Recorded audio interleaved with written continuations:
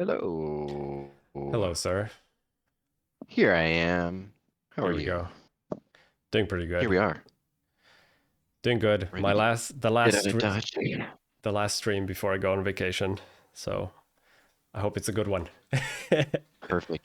Yeah, It's gonna be amazing. It's should gonna be be good. amazing. Yeah. Should I share my screen? Well, I thought maybe we could start by a quick, if you quickly introduce yourself, so everybody knows who you Oh are. yes. Yeah. Who is this strange man? Hi everybody. I'm Mike Jamieson.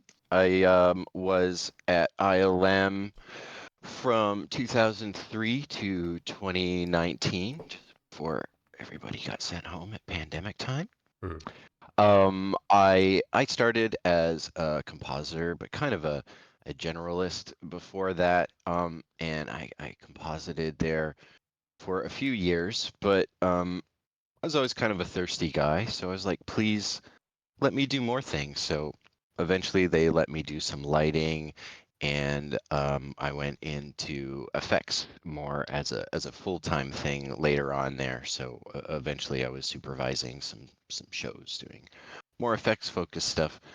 But yeah, the stuff we're going to talk about today, for my personal contribution, I was able to do lighting effects and comp on my shots, so we can talk about all sorts of different things. And yeah, there'll be lots of familiar faces on screen for me. We can talk about people and methods and pipeline and why Transformers look so good, because It people does. seem to like the way it looks. It still looks. It's still one of the best looking movies. I think CG. I think Transformers. We're robbed. Davy Jones. So Pirates of the Caribbean.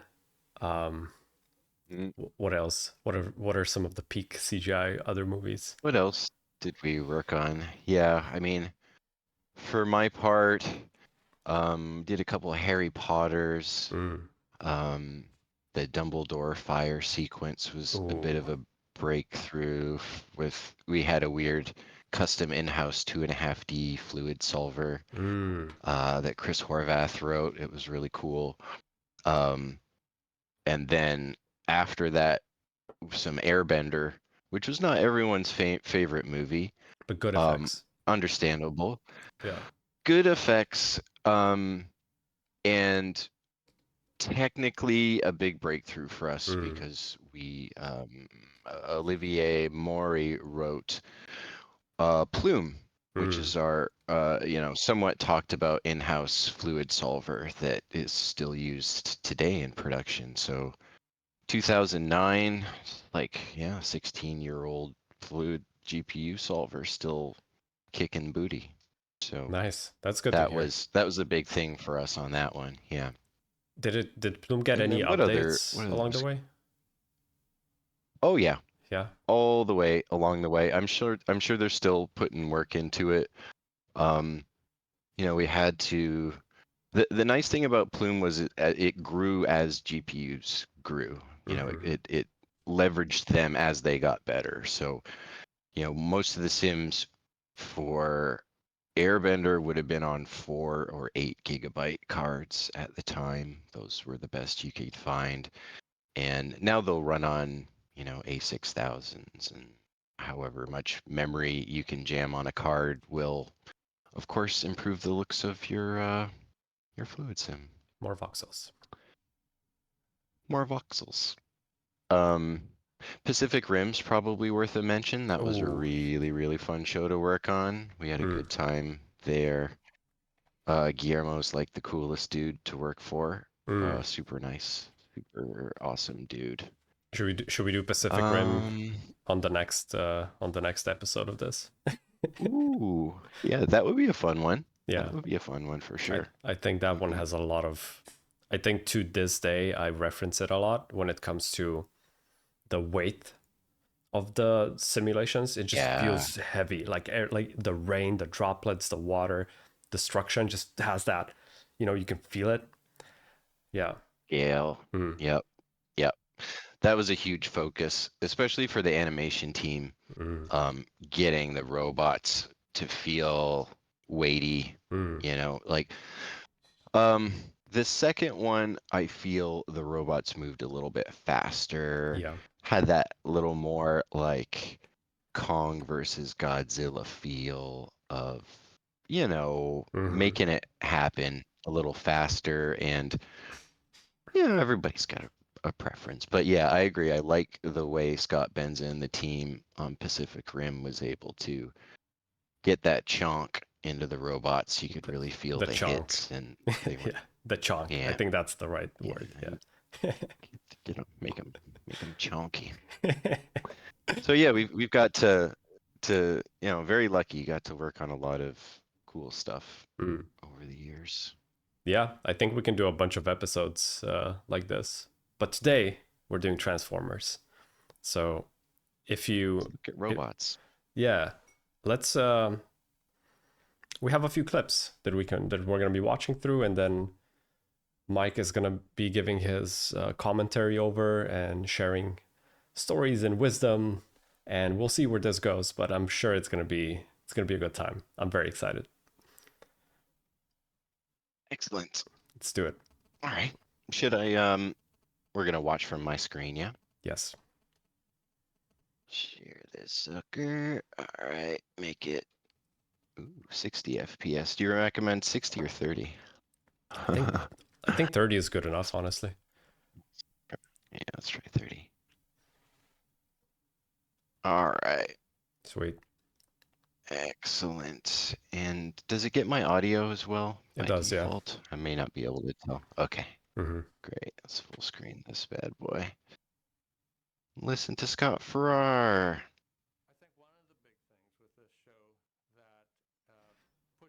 You worked with him a lot. I'm assuming he was giving you notes and stuff. Many years. Mm. Yeah, I first worked with Scott on Peter Pan in 2003. I probably worked on like at least half a dozen shows with him. He's great. Hmm. He has the old school background.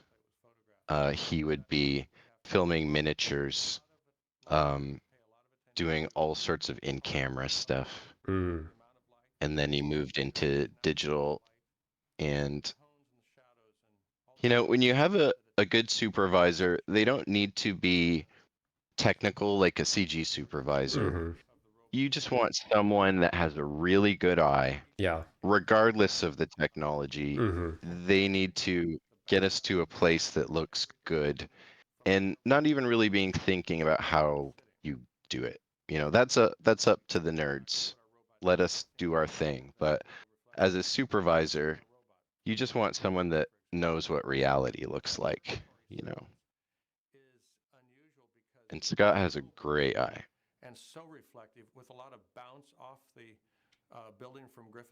There's specular highlights, which are always a big component in making reflective materials look real.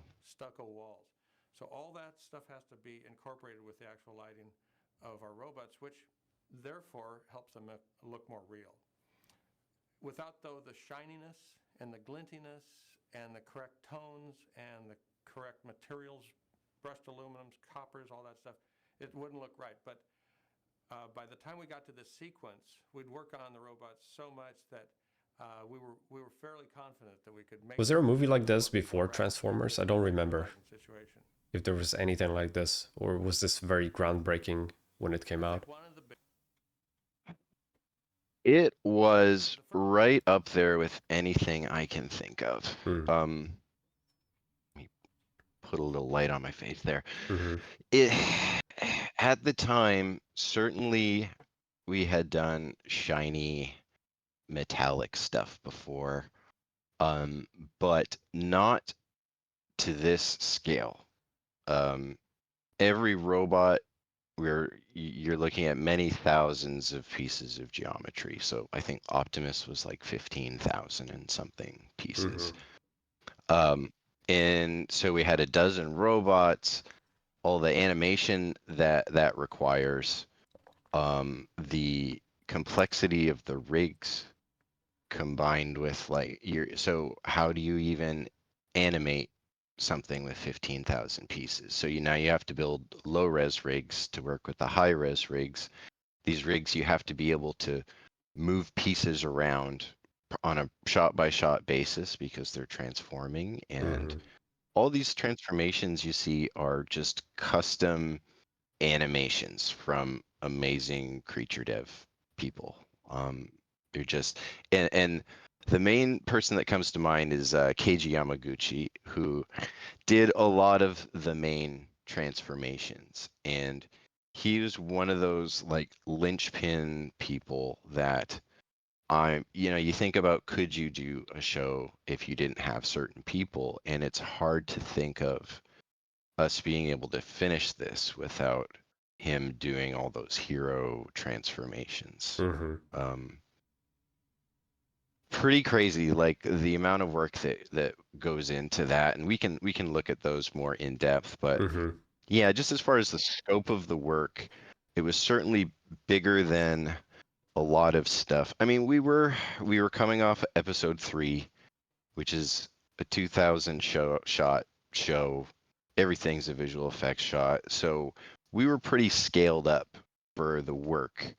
But Transformers had 500 shots or so, but those shots were on a shot by shot basis were probably the most complicated things we were attempting at the time. Mm-hmm. And certainly, like, it's not like it is today where if somebody wants something, you just say, yes, we can do that. Like at this time, we didn't know how to do all this stuff. We were still trying to figure it out, like Mm. we didn't have fluid sims on the first Transformers. So the smoke that you see is probably a sprite-based solution Mm. that you would see in video games nowadays, but we Oh, could use that's sprites interesting. and we could render like deep shadows Yeah. and make it look good. Mm-hmm. But you can kind of tell, like now that I've told you, you're gonna look at the shots from the first movie and go, "Oh, sprites." I did notice them. Um, Honestly, I rewatched the movies recently, like all of them, and I did notice that mhm. it still holds up. It's completely fine. But I was wondering in a few shots, I was like, why are they using sprites? And then I was like, oh yeah, this movie came out like freaking what is it, like 20 years ago? No, 15? It was 2007, so yeah, Yeah, almost like what, 17, 18 years ago. yeah. We didn't have all the toys that we have It's so now. interesting. Yeah, we take things for granted now with all the simulations. And even now, I'm always complaining about, in Houdini with Pyro, I'm always like, it looks great, it works great, but if it would be just a bit faster, you know? And then you guys were like 16 years ago, you're like, we don't even have that. We have nothing. Yeah, we had nothing. Mm, We had sprites at that time. And then it wasn't until the second and third movies that we had some of those tools appear yeah. and we could do, you know, You were telling me just that type of before thing. you guys didn't even have a UI, right? You had to like type into like a command prompt to advect particles and then press enter, and you would then kind of fly blind a bit until you actually see the sim at the end, right? Somewhat, yeah. Yeah. The internal software, Xeno, we had an effects module in it, Mm-hmm. and it it looked a little bit like Maya, but in the effect, in doing effects, it was basically all Python scripting. So Mm-hmm. there was, there's a UI, but not like a Houdini UI where you could connect nodes and make hierarchies and stuff like that. It was more or less typing out particle rules to get what you wanted. And we had a really nice regioning system and fields and things. Um, but it wasn't Houdini. I Mm-hmm. can I can say that. And it it made you really have to understand the entire process of what happens to a particle when it's made at creation. What do you do to it? What's the math that moves particles around? It's like Mm-hmm. position plus equals velocity, but like Mm-hmm. you can type all that out. Like now I could just go in. I could make like a particle solver in Houdini just in a solver with math and not have to know what the pop solver does because Yeah. all that low level info is really valuable. Do you miss anything from the old days of working that you, because I guess Houdini really modernized like the workflow. Like it's very, like we can see everything now. We can see the results. The sims are quite fast. But is there something like that back in the day, like some of the old school workflows that you maybe still miss or wish they would be more used? Hmm. Great question. A lot of the stuff is being used. Some of it may be lost to time, but I think most of the techniques that worked have just been continue. Like, did I Polished. see you did a thing on like dual rest coordinate Mm-hmm. noise for a pyro sim? Mm-hmm. That's a big trick that we used. Um, because, if you're doing a full frame sim and you only have an 8 gig GPU, your voxels might look a little bit big. So we would use the dual rest coordinates to inject like sub-voxel, sub-pixel noises and Mm-hmm. just add more detail to our sims that way. Mm-hmm. Um, and I don't see folks doing that all the time anymore just because, well, now you have more memory, so you can just make more voxels maybe. Well, But funny it's enough, still a really good trick. yeah, I think with the sparse pyro, it's not actually implemented anymore because Yeah. it kind of works, but because I of the use it, sparse nature, it's a bit more difficult to use it. But you can, like, what I did it was, breaks it.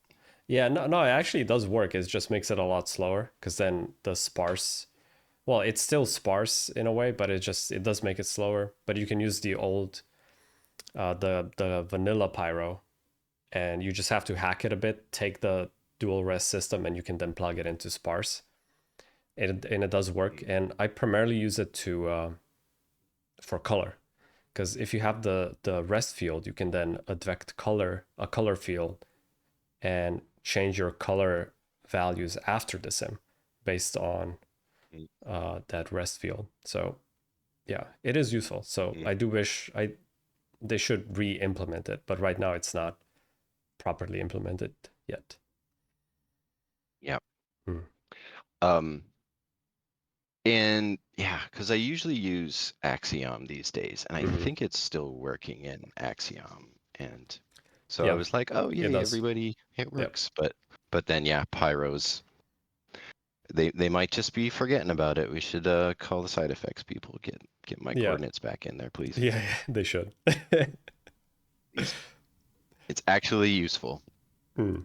I think we talked to them about that at some point, but yeah.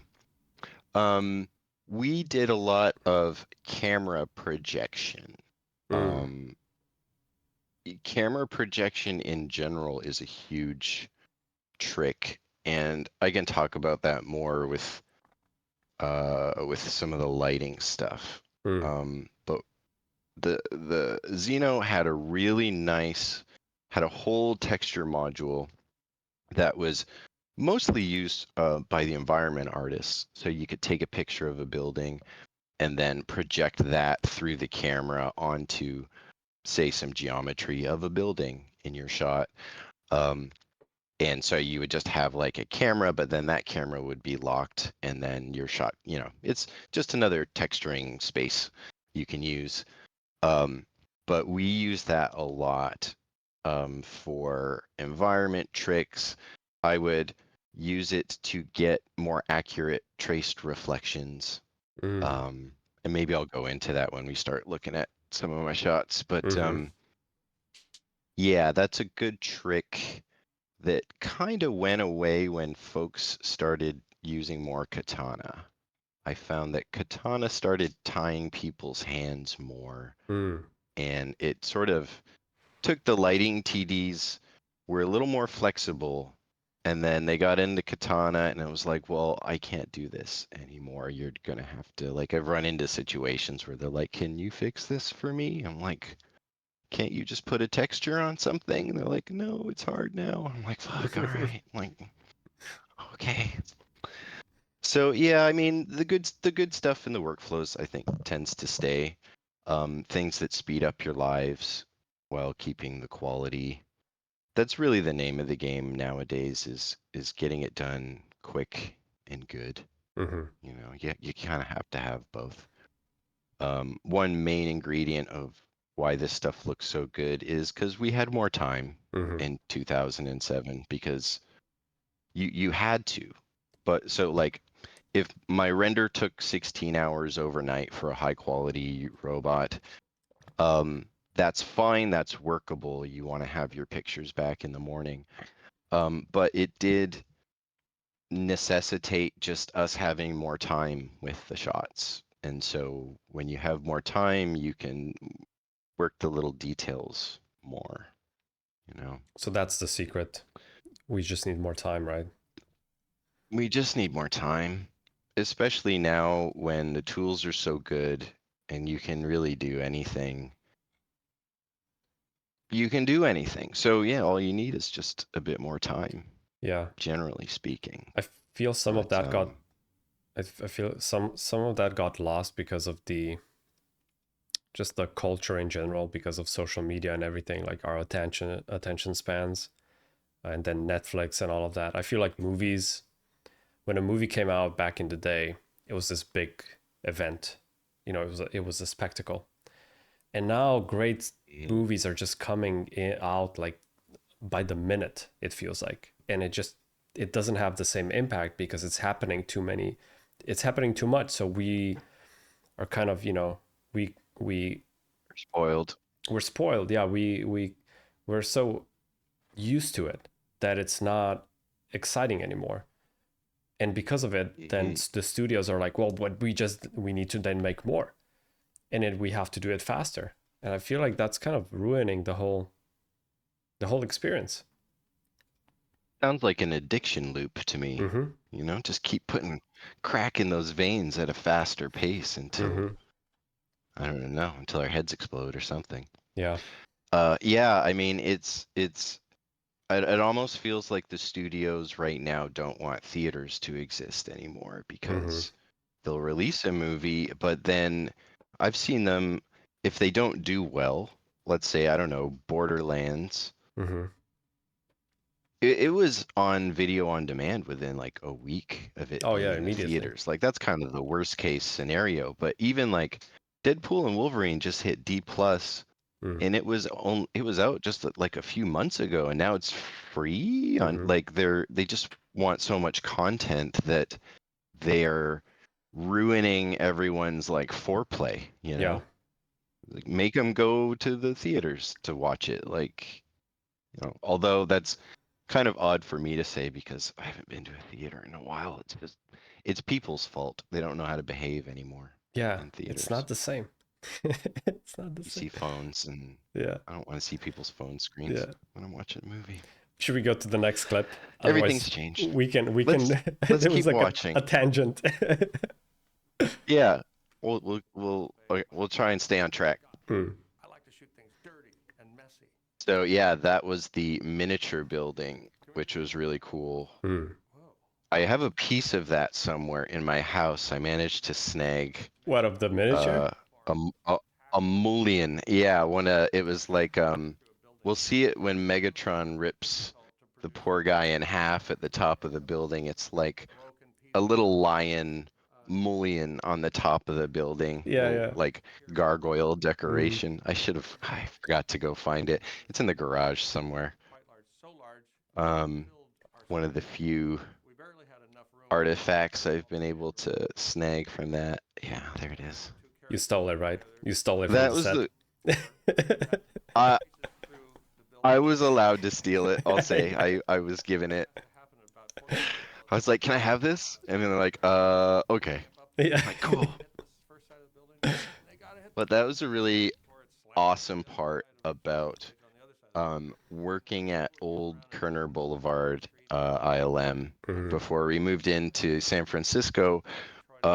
at the same facility, it was a bunch of warehouses, and we had the model shop was like right there. So you would walk to Dailies, say hi to the model guys. They would have a big warehouse where they're building that building that's going to get destroyed or Mm-hmm. whatever. Um, and it was just so cool to be able to work, on your computer, but then go see practical stuff being made, or they would do explosions on the slab. So you'd be clicking away, and then intercom would go off and be like big boom on the slab, and everyone would just put their stuff down Mm. and listen for a sec, and then poof, in the background, and be like, yeah, all right, and then you could go see what they blew up, or we had the pirate ship in the back lot, things like that. It was extra fun for Damn. us at that It time. sounds like magic. Like I do wish I was Yeah. an effects artist in your days, honestly. Back it's for some reason it feels like it was still magical back then. Now some of the Yeah. magic is a bit spoiled, or like it's not the same, but maybe it's just the nostalgic part of me talking, but I don't know. I you know, I hate to say stuff like this in front of folks that are wanting to get into the industry, and I'm not going to say it's not a fun thing to do. It's Yeah, no, it's it's very fun. awesome, Yeah, and it's still I very fun. I enjoy it to this day. Hmm. However, yes, I'm going to kind of agree with you and say a lot of the specialness of Hmm. figuring stuff out, or just like these types of work environments, is I hope it's going to continue to be a thing, but it's less and less of a thing these days. Um, when you can do everything on a computer, then you don't need to be in that same environment Yeah. anymore. And the new offices are amazing. And they have like the mocap stage there, and they have a whole bunch of cool stuff. Um, but it doesn't have quite the same flavor as the ramshackle sort of like trailers, and big messy spaces, and the creativity that kind of comes along with that is fun. Yeah, It, I it agree. it was it was definitely a special place in particular, and places like that still exist. There's cool studio lots all over the world. Um, and yeah, if you ever get a chance to hang out on a studio lot, it's fun. There's just stuff going on Hmm. all the time. Yeah. The Sydney folks might get some of that. They have is it still called the Fox lot? I don't know. There's a in Sydney. There's a Mm. good little studio lot Hmm. visual effects hub they have over there. Trying to think of other spots. I don't know London that well, but my wife got to go see some stuff over there. But yeah, Yeah. Well, they're gonna shoot. studios are cool. I think they're gonna shoot, or they. I think I don't know if they finished, but the new Jurassic World movie is gonna be shot in London. Uh, Hmm. I think that's gonna be pretty cool. I think there's a huge tax incentive that's gonna happen in London for movies, so that's why a lot of movies are gonna be shot in London, in the UK in general now. So yeah. Yeah, yeah, that's one of the things that's been the big, um, I don't know, it's probably the biggest factor in the whole industry is Mm. the tax exemptions and Hmm. and stuff. Because yeah, in the 90s when I started, the work was mainly done in California, and all the Yeah. talent was here. Um, so I move over here from Canada, and get my hooks in, and then everybody picks up and leaves back to Canada. I'm Hmm. like, come on, guys, I just I got just here. got What's your here. problem? Yeah. Yeah, pretty much. Mm. Um, but yeah, I mean, Vancouver, Montreal, London, Sydney, um, all these locations, they're basically just. I mean, there's tons of talent there, and there always has been. but I think it's still fair to say that they've just artificially inflated their market Mm-hmm. when you pay 40% of someone's salary, and all the studio folks that are bidding out the work know how that works, then everybody has to drop their margins and drop their margins, and Mm. it gets so competitive because all these effects companies are having to bid against them, against each other. They do that on purpose. They know what they're doing. Yep. Studio guys would be like, "Hey, can you beat their price? You know, we really want to work with you, but they're, you know, we can't afford that. We're just a big old movie studio." Mm. So yeah, that's the big thing is everybody is trying to meet margins now rather than do the fanciest, best looking work. It's make it as good as you can with the time and the budget that is afforded. Yep. And you know, of course, there's exceptions like Mr. Cameron and his Avatar movies are amazing, and they have the time and the budget and the talent to pull that off. Yeah. And that's the best metric. Like if that's on the high end of things. That's time, budget, and talent. That's what you can get if you have enough of that, and then kind of go down from there. For me, the Avatar movies are kind of the modern day peak of, you know, computer graphics. Yeah. They got it going on over there. Yeah. It's pretty good. Part two. I think they suffer a bit Yeah. on the story side, but visually definitely peak. Yeah. Mhm. Mhm. Should we watch more Transformers? Let's do it.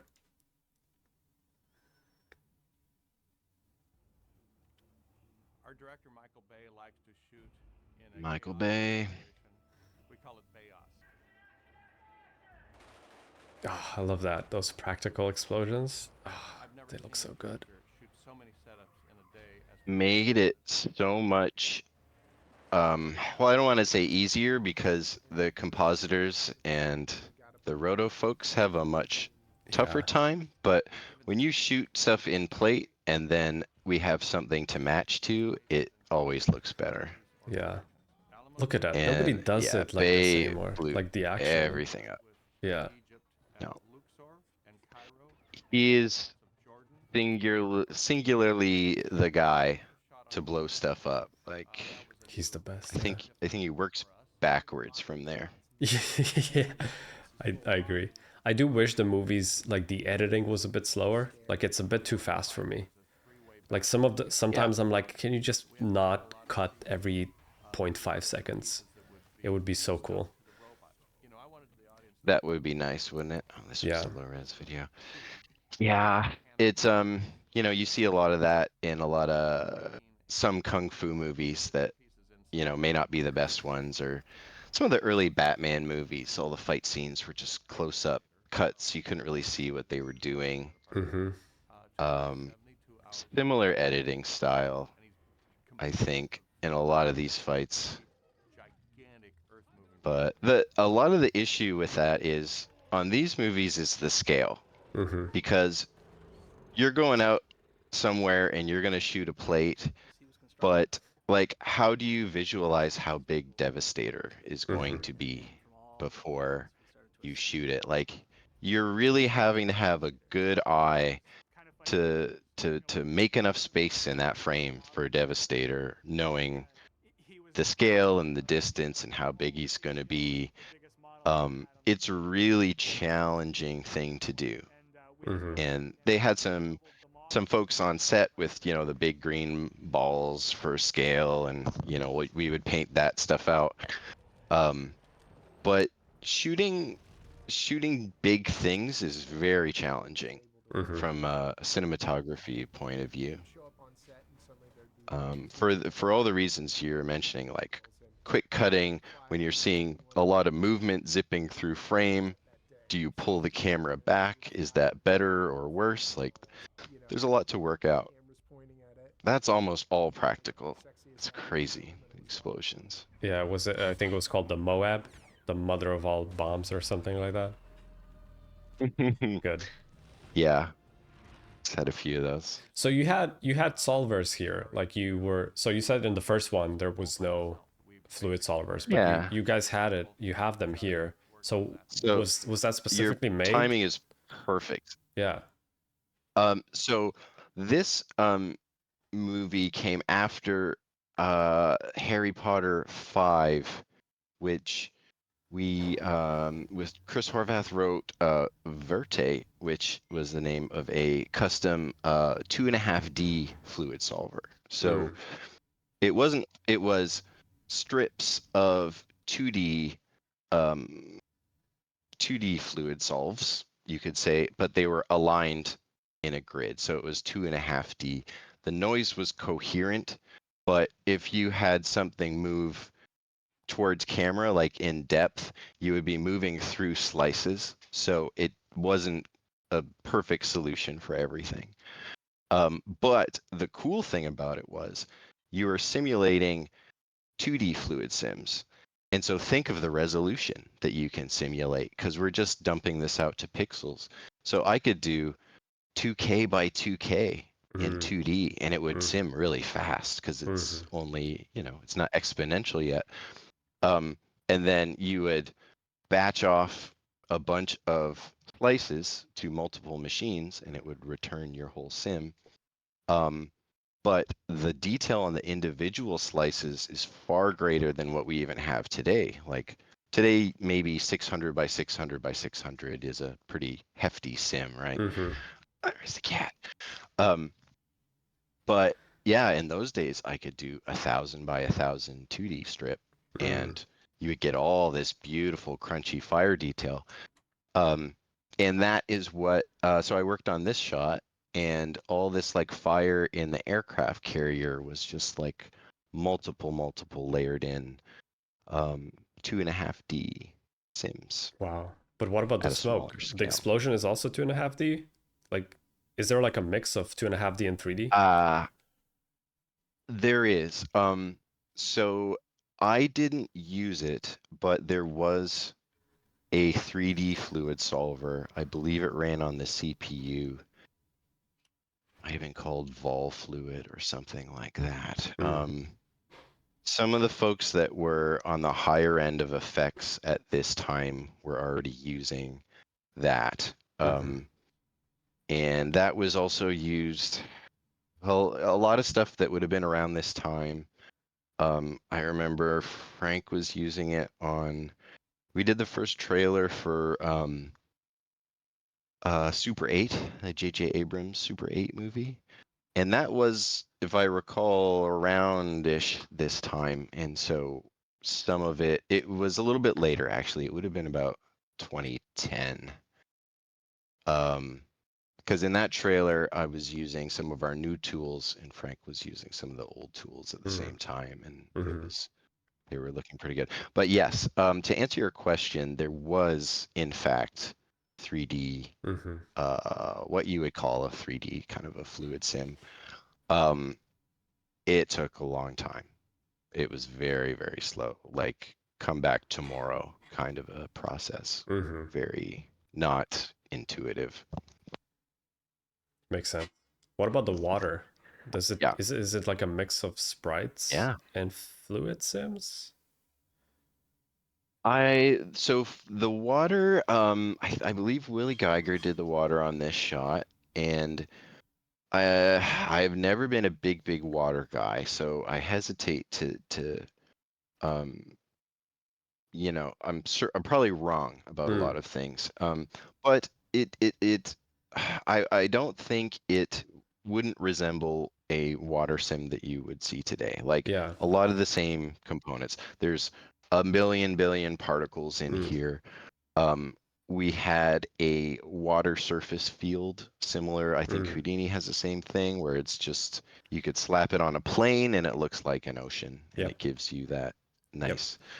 Um, and then being ILM, which was super awesome, we have the old moving image library Mm. of all of the practical elements that they've shot over the years. So um, a lot of splashes, a lot of smoke would have been tracked in by compositors. Things hitting the water, but the main water interaction, I think, is I want to say it's pretty similar to what you would do today, but many times slower and more painful to work with. You know, just a less hot version of the similar tools. Makes sense. But but yeah, this was an all CG shot as far as I can recall, and it came together really well. Let's watch it again. Whole team of people that just worked on that sequence alone, and it involved every Yeah. discipline that we know. Gigantic quarter scale burning fire miniatures. Would a shot like Yeah, that it was a big be? shot. It took a long time. Would that shot be rendered Big all in one? miniature. Would that be like all one render or like No. different passes and then comped together? Definitely the former. Sorry, the latter. The Like, latter, yeah. it would be rare that ILM would ever render anything in one pass. Compositing is super important, especially back then when you don't have the same type of resources that you would now. Like, you're rendering on a 32 gig machine, maybe 16. So we would only be able to render one robot at a time in general per pass. You would have to be very, very careful about what you add to what pass, how you're going to do a bunch of passes, the compositors are going to put it together. Yeah, ILM was not Pixar, to put it that way. Pixar was known for, this is good to talk about that. Pixar was known for putting everything in a bucket and rendering it, and their renders would like take a really long time and look beautiful because it had everything in there, and you know, Pixar people are fantastic. But not what you would call efficient for that time. So looking at this still, this is a perfect reason, perfect example of like why you need to break everything into many render passes. Um, you know, this was the third one, so we were able to do a little more ray tracing, and that was really the amount of geometry in this and the ray tracing that you need to do for all the reflections was really what made it complicated. So you know, we would have the robot rendered in a pass and then held out by the geometry. This was probably before deep compositing as well. Now that you can do deep, it really saves you time not having to run holdout passes or this minus this plus that kind of a thing. You can just stick it in there and it works. Yeah. But this was before then, so all the you know, you've all the elements. This was not my shot, and I can't properly represent it, but you know, the buildings, massively CG in here. All these windows are going to be tracing against the background, against the foreground, against the robot.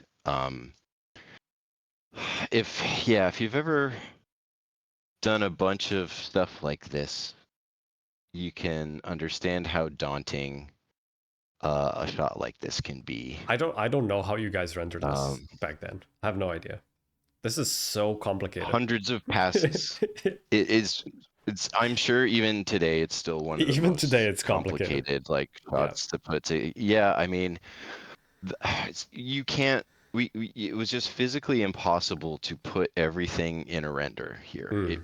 You would have needed half a terabyte of memory or something for all the stuff that's in here.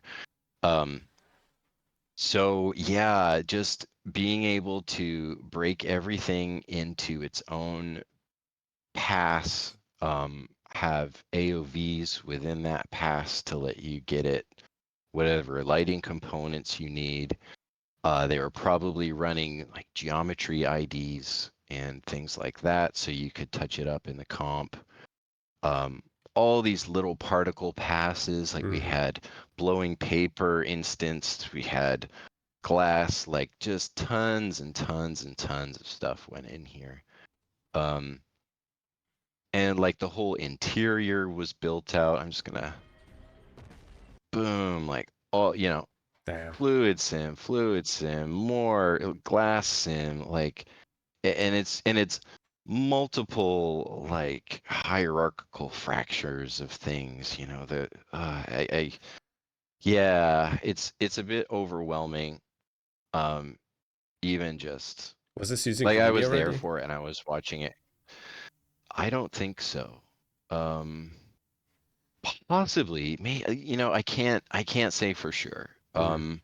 But mostly not. I could Mm. say mostly not for sure. This was mostly in-house tools. Like these would be plume sims, all the smoke stuff or the dust. These little paper instances were I'm sure they were done in Xeno. I think I was working with that. Um, but yeah, Houdini was an afterthought for this shot. It wasn't Mm-hmm. really. I think it was around Pacific Rim time that we first started looking at it as like a real possibility, and we definitely did some shots in it. But then, yeah, over time, Houdini became a bigger part of the pipeline. Mm-hmm. Um, Also because, when you have multiple studios all over the world, you want to be able to immediately like hire someone and have them be productive. Yeah. So that's why everybody uses Nuke, everybody uses Houdini, maybe Katana for your lighting. It makes the journeyman's life more applicable, I guess. Yeah. Makes sense. Yeah. But yeah, there was I think I saw in one of the chats we were talking about the hours needed to render this Mm-hmm. thing, and it was like a massive many thousands of a number, and it would have been, you know, per core, per hour, per machine, multiply it all out. Like definitely not one pass. We're talking hundreds of passes in here, and they would have probably added up all the stats for all of it. Mm-hmm. Um, because yeah, you couldn't do it any other way. That was it. Yeah. Break it up. Make the compositor cry a little bit. Sad. Keep him busy. And then The most challenging thing that we faced on this film is trying to Scott did such a great job with the robots. new ideas Mm. and something fresh. Like we were talking about before with the weight.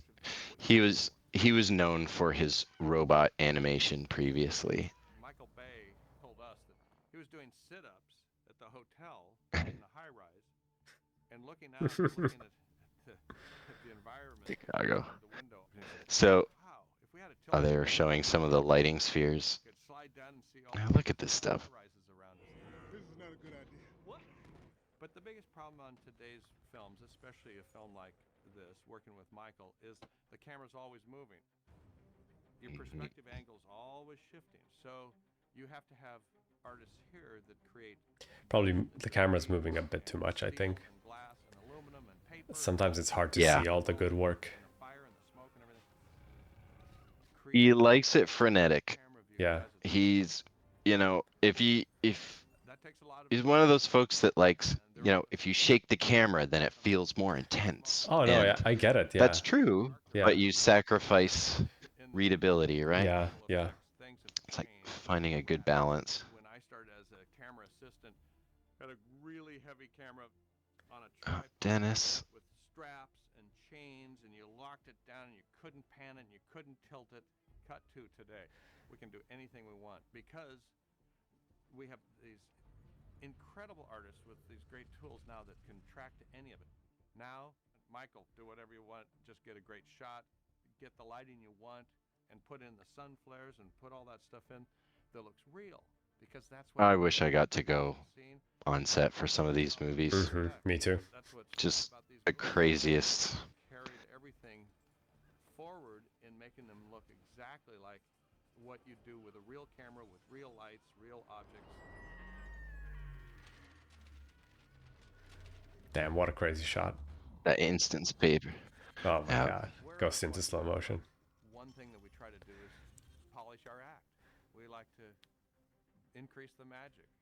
One of my Increase the favorite magic. I like that. simulations, there's this one shot, the building's tilting and we're doing the helicopter move. It still wasn't complete until we had one little air conditioner that was falling down on the very top, and that's what everybody looks at. I remember that. Air conditioner is really cool the way it falls down there. It's so stupid. These dumb little things that pop. Yeah, there it is on the left. Oh yeah. Boop, boop, boop. Yeah. Your eye goes to it before you hit the characters. I can't help myself. I gotta see this air conditioner again. Yeah. There it is. Nice. Doop, doop. Yeah, because the shot's dead otherwise until you tilt up enough to see them sliding down. Was this the last one that was directed by Michael? Number 5, I believe that was it. Yeah.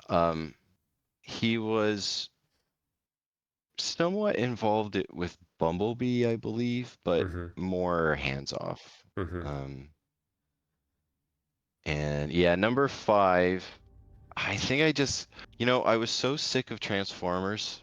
By the time number 5 came around, I was like, please, can I work on something else, guys? Yeah. And my manager was like, no, you're going to work on Transformers again. Okay. So, well, this was from this was the 4th one, wasn't it? This is the 4th one. Age of Extinction. Yeah. So on that one, I was working with the generalist group on the night ship, mostly on the interior stuff, doing all sorts of smoke sims like that, just to put atmosphere on the inside of it. There were some pretty long shots. Maybe I'll bring one up after after we finish this one. Whenever it's flying or moving around, it's so large it has its own weather system. He said, yeah, good, Yeah. let's do that. Yeah, good. Easy. Let's do it. Yeah, yeah. Michael Balog's great. He's one of the folks running animation at Epic Games now. A lot of old ILMers at Epic Games doing Unreal Engine stuff. Just highway in the middle of nowhere on this farmland, and we just kicked up everything we could think of. The trouble with loyalty. Yeah. By the time the 4th and the 5th movie came around, I was, so sick of Transformers that I bet. Yeah. like a lot of this stuff just kind of happened and I wasn't even like paying attention to it at this point. I also think the audience, there was like Transformers fatigue. At least for me, like speaking for myself, after the 3rd one, I was not interested anymore. Like it was just too much. This one had so many things on the screen, like everything full CG, these big shots, everything. Like it was hard to read. Like the readability was not there anymore. Like it was really hard to enjoy it because of that, because there was too many things on the screen. Look at that, like so many shapes, so many silhouettes, like it's hard to read it. Amazing CGI. Probably extremely difficult to model, to render, to composite. Everything is like super high end. But I think the concept was just too much. You have to, you need that contrast between, look at that. Like it's so hard to see what is even happening anymore, Yep. It's like everything. Yeah, I remember this shot, and so like I was doing the smoke, like all these little smokes that you would see around inside the night ship. Yeah. This was an experiment because at this time the generalist group was working all in 3D Studio Max. So they were like, hey, we've got this night ship. Why don't you work in 3D Studio Max also for the effects? Yeah. And I'm like, please no, don't make me do this. And so I had to do this and ended up using, oh shit, what's that Fluid Sim plugin for 3D Studio Max? Plume? No. Wasn't it Plume Effects? No. The other one was Fume. Fume Effects. Fume yeah, Effects? yeah. Yeah. So yeah, so for this sequence, or whenever we were inside the night ship, I had to learn fume effects, and it hurt my soul because we couldn't render to deep in 3. Like at this point, we had access to deep EXRs, so I could just light a little thing and then just like comp it in really easily. However, because I was in Max, I didn't have access to the same tools. So I had to load up the night ship. The night ship was a 1 GB 3D Studio Max file that had everything in it, and it was being worked on at the same time that I was working on my stuff. So when I wanted to do a render, I would have to grab the latest night ship file, open it, took about half an hour to open, and then, hopefully kick off my renders, but I would have to render holdouts and non-held out versions. So it was twice as much rendering. And then the whole time you're just praying that it doesn't crash because it's a 1 GB 3D Studio Max file, and it would crash half the time. So then you're like, oh, and then hit open and wait for another half an hour. And this whole night ship experience was one of the most painful of my entire career for in a few ways. It looked good, but the lesson learned was like use the best tools for the job. Yeah. Really, like it was only frustrating because we already had a whole tool set that was already doing stuff much more specialized and easier to get more done with. But lessons learned. I got to learn some new stuff. And yeah, I don't think I've opened 3D Studio Max since that time. Yeah. Mm-hmm. Yeah, I think Yeah. Max is still used in ILM quite a lot, right? With the generalists for environments and modeling. It's really good at a whole bunch of stuff. Yeah. And yeah, I don't want to sound like I'm like, bashing software. I don't like to. It's kind of a dumb thing. Yeah. But for this job, it didn't do what I needed it to do. And so I kind of switched partway through the production to the old pipeline, and it was okay. But the one thing that was really nice is that by using that scene, I had all the lights. So when I could bury some fog in some nice blue lighting, it always looked good, and I didn't have to go make my own lights and stuff. Yeah. Shot looks great. Like I said, technically and in terms of CGI, it's beautiful, right? But it has a lot of things. But no, you're exactly right. Yeah. Like when you're looking at like the frequency of detail, right? The like frequency of, that's it. One thing. That's what it is, right? Like one thing that we would do when we're looking at shots is you look at the shot, but then just like defocus your Like eyes, just like squint a bit, cross your eyes a little bit. Yeah, squint a bit, make it blurry so it gets a bit soft, and then you analyze it at that point, and you're analyzing frequency of detail. And you're saying, okay, how readable is this? And yeah, you're absolutely right. There's so much higher frequency detail going on, and it distracts a bit from the bigger, more readable shapes. Yeah. And it kind of just turns your brain off because it's too much, right? Yeah. Yep. You just kind of go a little blank.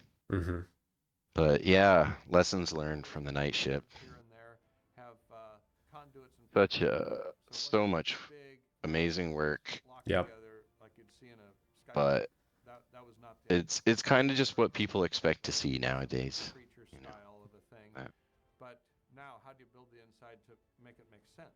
My caution to Michael all along was, well, don't put too many pieces in because on a computer graphics. Oh, I did the helicopter kick up there. You have polygons and what all these things Ah, have this to is be created. such flashbacks. It Big time flashbacks. Thanks, guys. They all have to look good. Well, the more you have, you can actually stop the system. Robots in cages, all the things. Some of the first shots that take place when the Autobots first arrive on the night ship, and Michael really wanted this ship to feel different, so Oh, that was a physical set as well.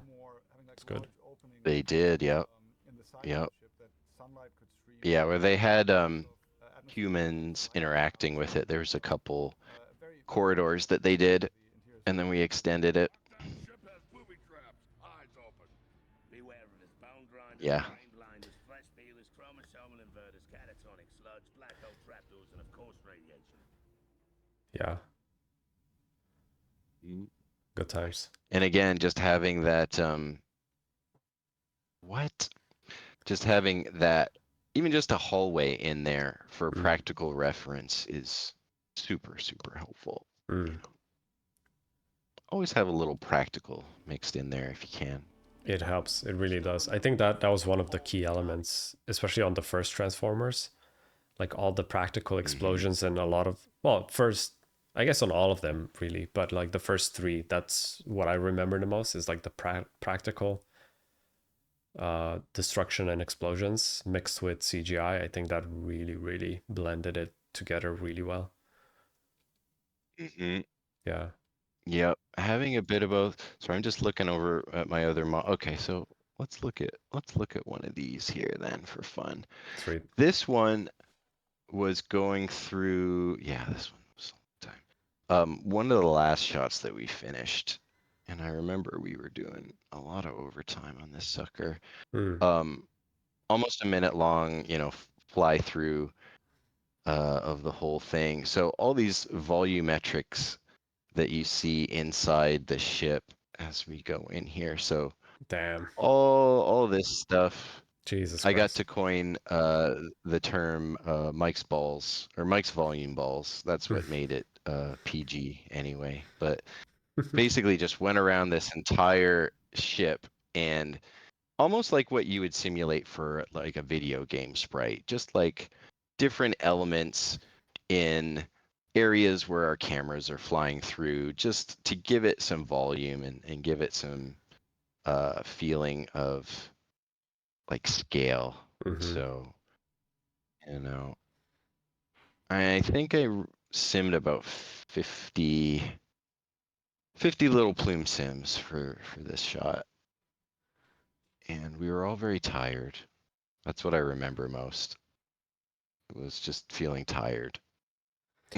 Are you simming them on locally, like where the actual geometry is, or just at 0, 0 space and then just putting them in place? The second one, yeah. Well, I would sim them at the origin. At the origin, and then yeah, and if it was a sim that didn't need to interact with anything, then I would just take that sim and move it over here and then render it in camera. There was probably some I might have put in around Marky Mark here that, so generally when we have a shot like this, layout will animate a pawn for us, just like a low res human to give us at a minimum just like where we are. But I'll use that to inherit some velocities off of the characters and apply it into the smoke sims. So there might be some custom ones around them, but it's so subtle that it's hard to tell. Now ones like this that are squirting out the side, those were already in there, I think, because there was certain locations where we would just put certain elements and then that would just be part of the asset. But yeah, to answer your question, for this one, mostly just making an element and then putting it somewhere interesting, kind of like here. And then I don't remember if that was a stereo show or not, if we had to. Oh, no, I'm just clicking random things. I think it was, right? In 3D. Yeah, which I think was part of the thinking there. Like we would rather have done a 3D sim like this at the beginning because you'll get much better render depth versus using like a comped element that would end up looking flat, kind of an idea. But yeah, whenever you're doing 3D, or I should say stereoscopic stuff, it can be good to render it in that case. Let me see, I'm just flipping through some other shots here. Oh yeah, the old Bumblebee sequence. Some more plume sims, sparks and things. Yeah. You can see some Dinobots. You also worked on this one as well then? Yes. Let's see, number 5. So you just did all of them. The first 6 of them. Yeah, I guess there's 7 now with Rise of Yeah. the Beast. I didn't work on that. Yeah. But yeah, they just kept putting me on Transformers. So immediately we wanted to go very Trying to have a look at and deal with the origins of what I can show you guys from the last one. that involves dinosaurs for us, and so we wanted to make the backstory such that it involved Dinobots for them. What we started then working with is what would these dinosaurs look like? So we had 5 of the illustrators working on dinosaurs, trying to create the different looks. My office mate did a bunch of stuff for Grimlock, the where he's spraying fire and stuff. I loved seeing them. I didn't get to work on particular Dinobot shots, but I was really happy to see him. In the movie, there was really a palpable excitement about it. They were really thrilled to start building them. When we started in on the Dinobots, obviously we're starting with a lot of concept. The models are so complex. I actually I saw a few Transformers models. We were working on Just the scale of them. I think it was in Japan they had a Transformers theme park. And they're huge. And my studio was working on a few like animations for that theme park, and I think we actually got a few models from ILM, like the original models, and I saw a few of them. I was like, oh my god, these are the actual models they used in the movie. It's like so complex, so complex. Yeah, it's crazy. Yeah. We couldn't really scrub the timeline with Yeah. the full res models. They would, you'd get about 1 frame every 5 seconds or so. A large animated character can fit quite well. Brutal. A disadvantage is, what are your scale indicators? If you have a person in the shot, and we have none, that'll tell you how big one of these guys is. Human scale versus the size of the Dinobot. Yeah, this was very tricky We're going to utilize scale-wise. so that the audience knows how big these things are. I think we've established in previous films how big Optimus is. So we generally know he's 20-something feet. But as you can see, you look at a great big stone wall in the background, and you have something large in front. You don't really know how big that is. So Is the whole movie prevised?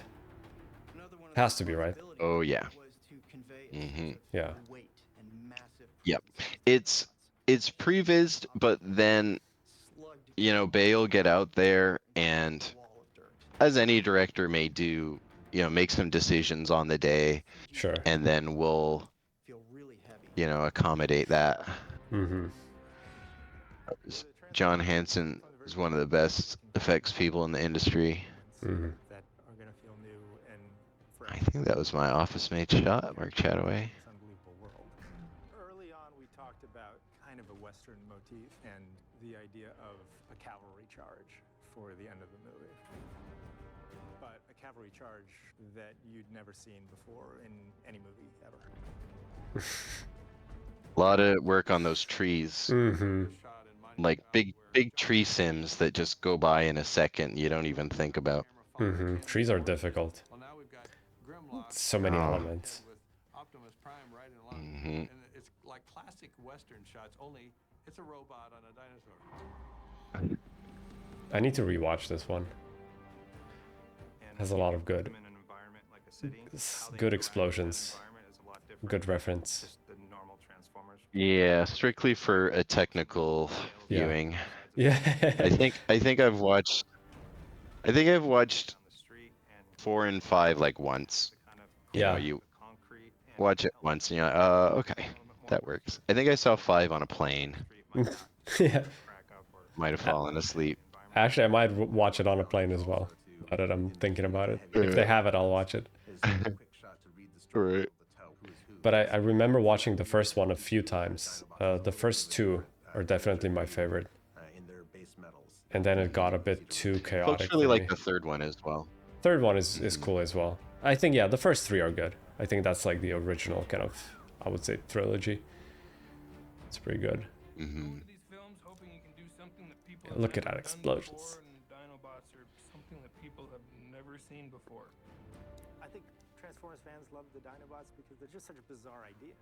It is a bizarre Right? idea. Have weird aliens from another planet who choose to hide as vehicles. I definitely had Grimlock growing up. Extinct. He was one of my favorites. Yeah. This was And it's so amazing one of those things, like, that once you tell I someone definitely was into Transformers as a kid, and it was really, really awesome to work on. they just And then a few films later, you're like, okay, I need something new. Mm-hmm. waiting. Is it this movie? Is it this movie? Is it Was it for you like literally just Transformers in a row, or were you working on in between? You had like a break, a palette break. There was, yeah, there was usually something in between. Mm-hmm. I'm just gonna, okay, they're looking at night shift stuff. Yeah, there was usually another show or two in between. That was usually totally different. So Mm-hmm. yeah, certainly can't complain. It wasn't all Transformers all the time. Just half the time. Mm-hmm. Pretty much half the time, I think.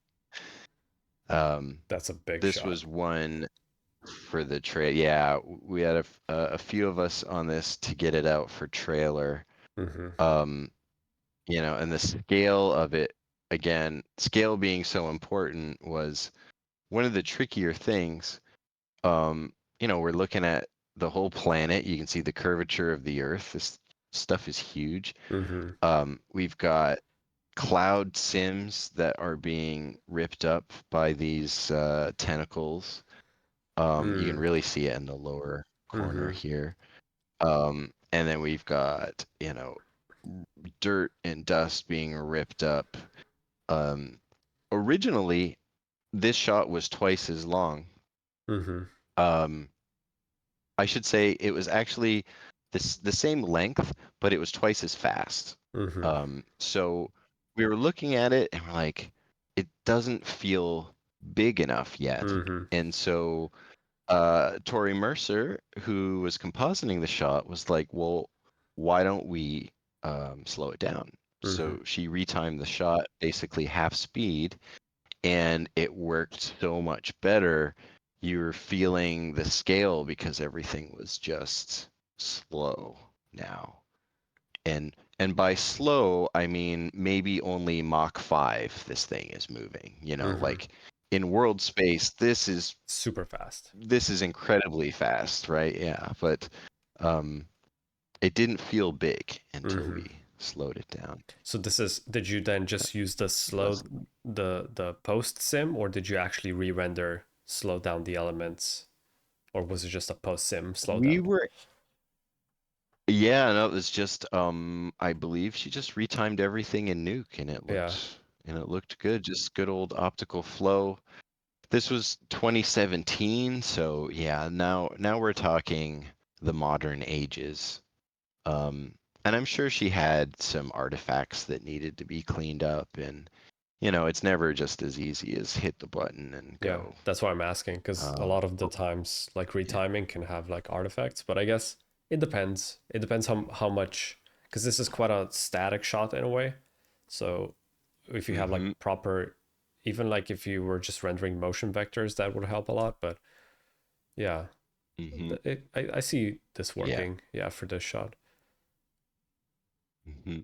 And yeah, I can't say for sure, but I bet she probably retimed the individual elements rather than the whole thing put together. And then you'll more than likely have less artifacts to deal with Yep. on that end. But yeah, this was a case where deep compositing was a huge help because we wouldn't have to render holdouts of everything. We could just take our effects elements, get the lighting right with the proper shadow casting geometry, but then you can just deep composite in it and it works. Everybody deep composite, it's great. It is. It's very convenient. Yeah. This another night ship. Could probably just fly through this real quick. Rules have just changed.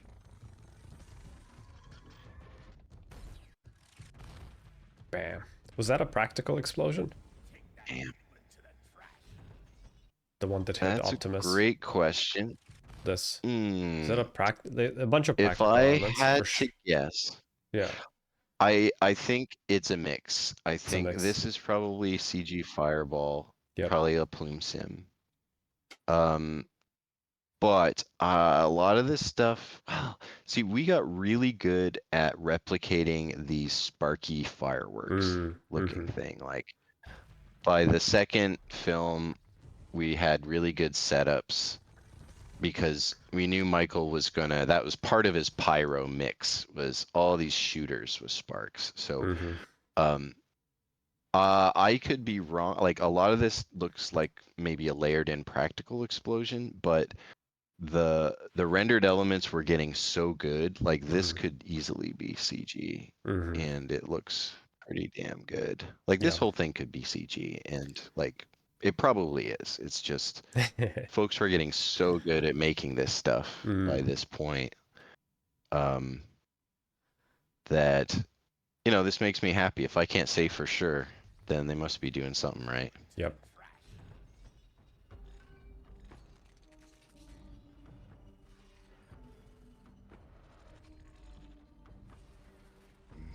And compositing with all that fog in there is not a simple task. Getting all this to integrate is really tough. It's the nice thing about getting it in a place. There's Michael. That's the nice thing is you get it and it's real and it's there, but now you have to integrate with it, and that makes it even harder than you could put smoke in as an element and it'll layer in beautifully, but maybe it doesn't look as good as the real thing. It's always a compromise. Yeah.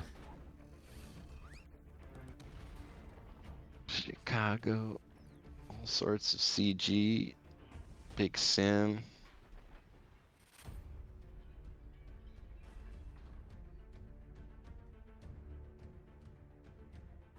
And the team was like in the hundreds at this point, working in multiple locations. It's just so many good people churning through so much good work. Look at that. Damn. Holds up. I Still love looks me a great. good RBD sim. All the metal deforming. Ah, it's good. Was this Houdini already, or? By this time, it could be. Yeah, there probably was some Houdini involved. It's probably a mix of Xeno and Houdini. A lot of the creature dev tools, a lot of the RBD sims you would see would still be from Xeno. But then stuff that would be instanced on particles, smaller matter, could be from Houdini, or it could be from Xeno. It's kind of interchangeable. Yeah. Oh, so many elements. Jesus. You save the human instead of Yeah. saving yourself. You bring shame upon us all. Yeah, it's psychologically tough to watch movies like this for me now because all I can just think about is how much work goes into making something. Like I was watching Man of Steel, the Superman movie, and New York is getting destroyed in their fight, And I didn't work on that movie, but I'm just Mm-hmm. sitting here going, oh, guys, like that's just so That's yeah, so much work. yeah, Just watching it like, oh God, why? yeah. I was watching Uh, I was watching sorry, go Arcane, ahead. the Arcane series, Yes. and that the Hmm. first time I watched it, it kind of hurts, like it hurt me a bit because I was like, I just saw the not the, I wouldn't say pain, but just like the amount of work. It's like blood, sweat, and tears that went into it. Like you can see it, like it that quality that they were hitting, especially season one. I was like, it hurts me a bit. Yeah. I felt it. Yeah. Yeah. Yeah. Yeah. I mean, the art style means that you have to paint, Hmm. right? And they had some great painters and yeah, some excellent, like everything Mm. uh in Arcane's been top notch, and that's what happens when you have time and a nice big budget. You can Yeah. get really nice looking stuff like that. It's good. See, this shot feels Um, almost photoreal. It Thank looks you. great. That's It very looks great. nice. It just Mm. something about it. It just feels like so well integrated with, I don't know what it is, but I feel So like the first Transformers still look the best. it's there. I mean, you're not wrong. Of course, it's all subjective, but Mm, there are some things that we did. Um, I mean, I can speak for myself on this shot. How do you make it look real, right?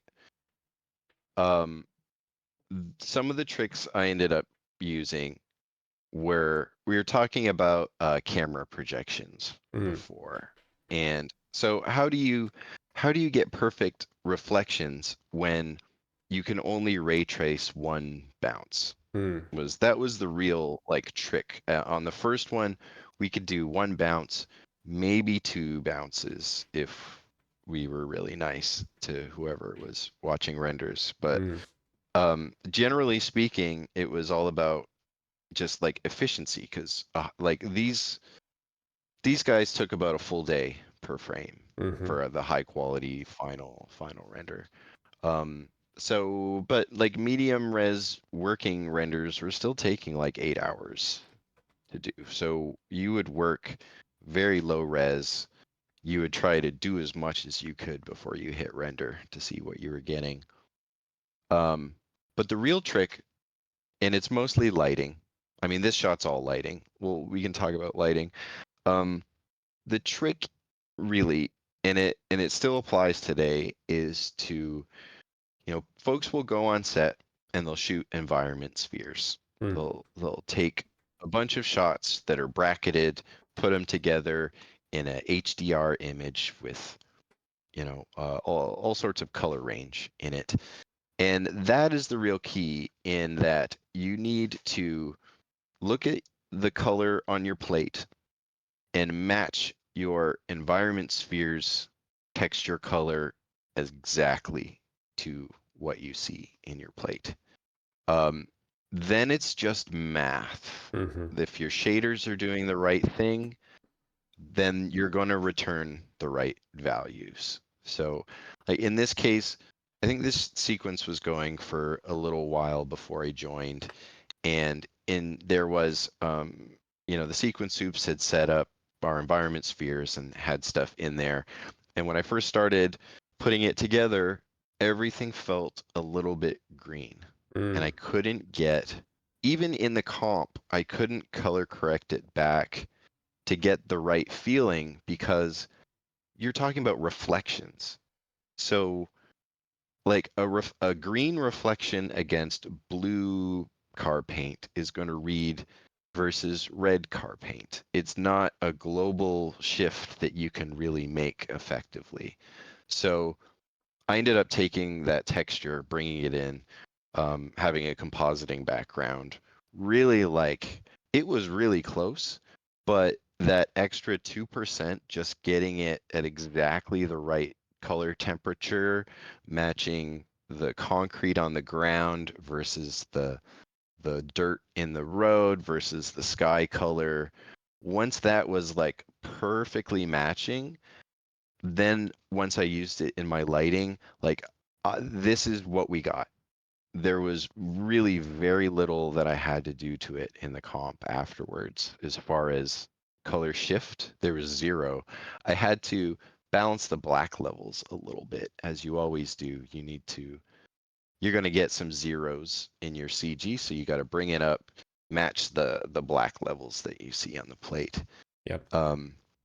But there was very little done to the actual lighting in this because if you match your environment spheres correctly, things will work much, much, much better.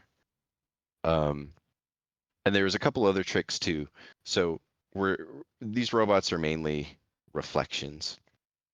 And so to get really good reflections, most of the time we're reflecting against the environment sphere, which may not be accurate. Like it's not going to have this truck in it or this car in it. It's just a generic thing. So what I would do when possible is reproject the plate through the camera back onto some pond geometry. So our layout had a truck in here, and it wasn't pixel perfect. It was great for layout. It told me where stuff was. I had a road, I had the bus and the car. I had representations of all this stuff. So I could project the plate back onto this geometry, and then I could trace against that. And that would get you much, much more accurate reflections versus an environment sphere. And I would do that whenever possible because you'll get all these nice little moving, specular hits and things like that. And a lot of it's just subliminal. Like you don't necessarily know why it looks better, but your brain knows. Like your brain knows what real looks like. So all sorts of little tricks like that. There was bring up another one here from that sequence. This shot here took that idea one step further. So we got Bone Crusher here, and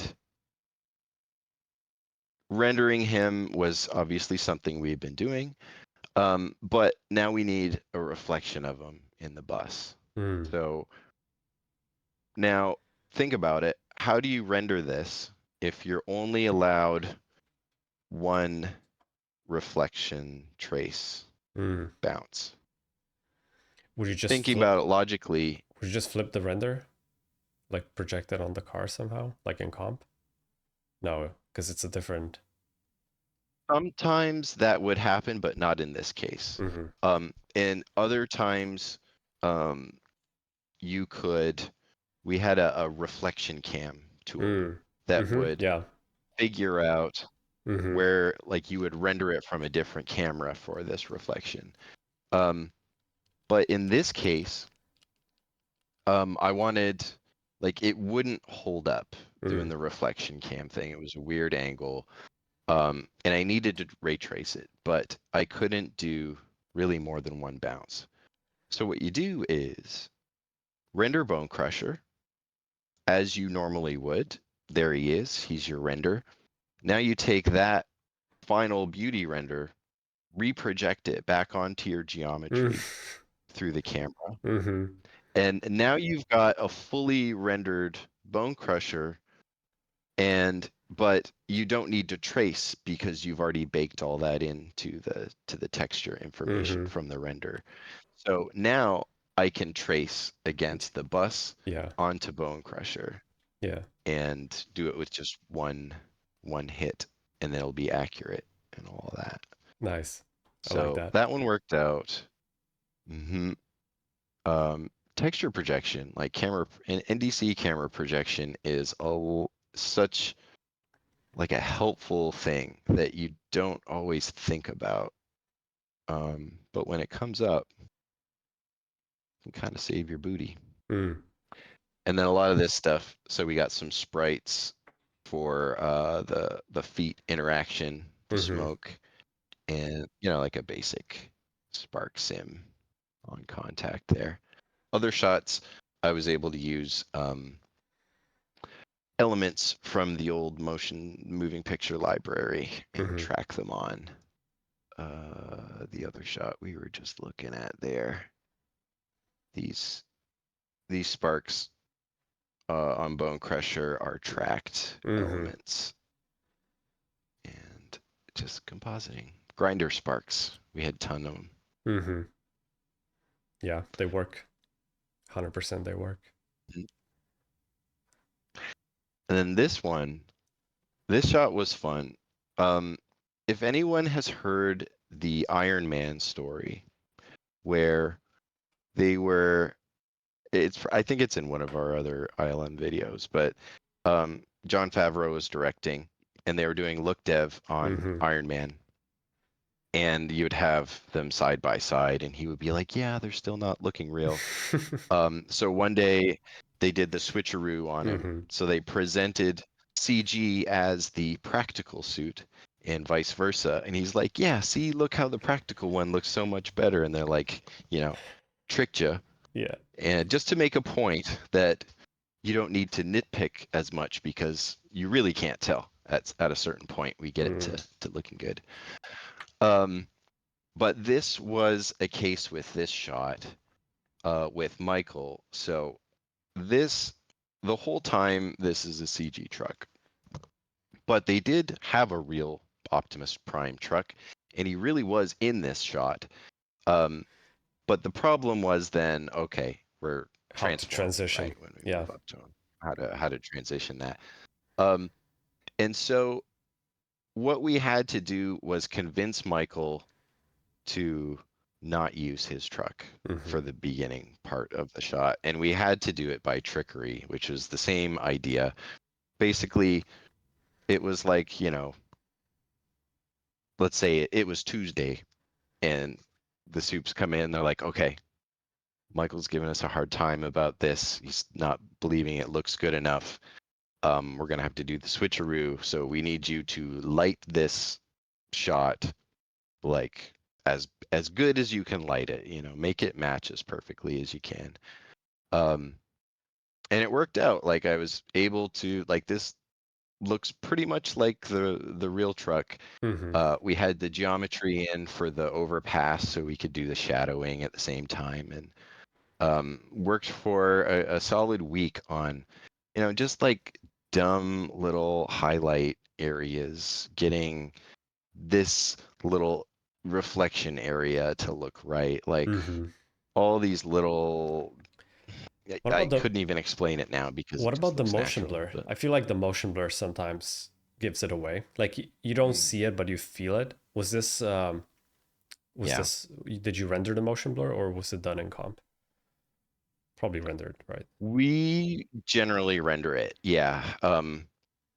Because reasons that like occlusions will mess with motion vectors and things like that. RenderMan has pretty nice motion blur. Generally speaking, though, you probably see it. We're just rendering linear motion blur. That's like, what I was wanted to say, if it's like subframe, so we're you get doing like the curvature and stuff. Yeah. It's subframe in the way that it's negative 0.25 of shutter open, and it goes to plus 0.25 shutter close. Sure. But that's two samples, and so it's going to be a straight line. There are cases where if you're really going to see it and you really want to do curved motion blur, then you need at least 3 samples. So you could sample negative, 0, and positive. Then you can draw a curve somewhat. But man, that's really expensive for render time. So generally speaking, that's not something you would do unless it was super important. And you have to cache your animation a specific way in order for that to work. Like, there's all sorts of caveats. So yeah, generally speaking, you're going to see subframe motion blur, but it'll be linear. It'll usually be. And it's just for efficiency reasons, or if we had more time to render all this stuff, we could do that too, but it's only nerds like us that are going to see it. Yeah, that's why I was asking, because in this specific shot it felt quite good. Hmm. Yeah, part of it too is like any rubble pieces I'm throwing near the camera, I'm going to make sure they have a little spin on them as well. So you get the translation with that spin and it feels a little more organic. Always have a little something on your particles, even if they're flying by. If they're spinning a little bit, you'll see that in the makeup of the streaks. It's, little details are always important. Damn, what a shot. So you said Michael was fooled by this one. He was like, "Oh yeah, this is Oh, good job, guys! You did the switch. You transitioned perfectly from That my was it. practical truck." Well, yeah, we were only showing the beginning of the shot, and basically he was talking about it like, it was we did our job, and then at the end of that session, they were like, okay, well, this was the CG one. He's like, okay, well, that'll work then, kind of a thing, Yeah. Fine, let's do that then. Yeah. It's rare you get like a big pat on the back for anything. It's just like, all right, good job, continue. Yeah. But yeah, there was, for my part, I did 4 shots in this sequence. This was the last one. I wanted to mess up that car a little bit more, but they didn't want it to feel like he was hurting the people. So I couldn't do much there. But good guy Optimus. Instance debris. Good guy Optimus. He's looking out for people. Yeah. It was a good one. And then I'll see if we have anything fun from the second one. There was some fun stuff in there. Trying to find did do one of those sorry, I'm just gonna talk to myself for a second here while I click. What do we got? Some fallen shots. I think I was just helping out with elements on this one. I'll just click through my old stuff. Oh yeah, this was a fun one. All the little goopy babies popping out of their shells. Fun sequence to light. Little like projected. So all the little the drops on here are projected in comp with like UV coordinate kind of stuff. Elements help. Gold star screen. Is this the one with the gooey baby? Oh yeah, there's a little gooey dead robot baby. That was my best attempt at sort of fluidy stuff at the time. What was that, 2009? Yeah, give me a break. Dude, it's hard. This would be hard even now. Like small scale fluids like that kind of stick and are goopy. That's hard. It's not easy. Yeah. I didn't like I felt like the whole time I'm like, this isn't gonna look perfect, but what can you do? Yeah. Good enough. Oh yeah, that's right. Number 2, I spent a lot of time over Christmas on the trailer shots. I think this was in for Super Bowl. It's a good one. Yeah. We it was funny. This one kind of happened in a reverse order where we did the CG and the bridge breaking here was partly practical, but it ended up being mostly CG because we were starting the shot and they were like, okay, we're going to build the bridge and we'll shoot it practically. But for now, let's just get some CG in there and see how it looks, see how far we can take it.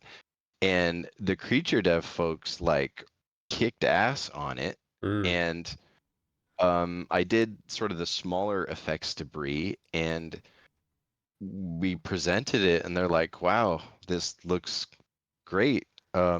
well, we're still gonna have to shoot the bridge because we've built it and everything.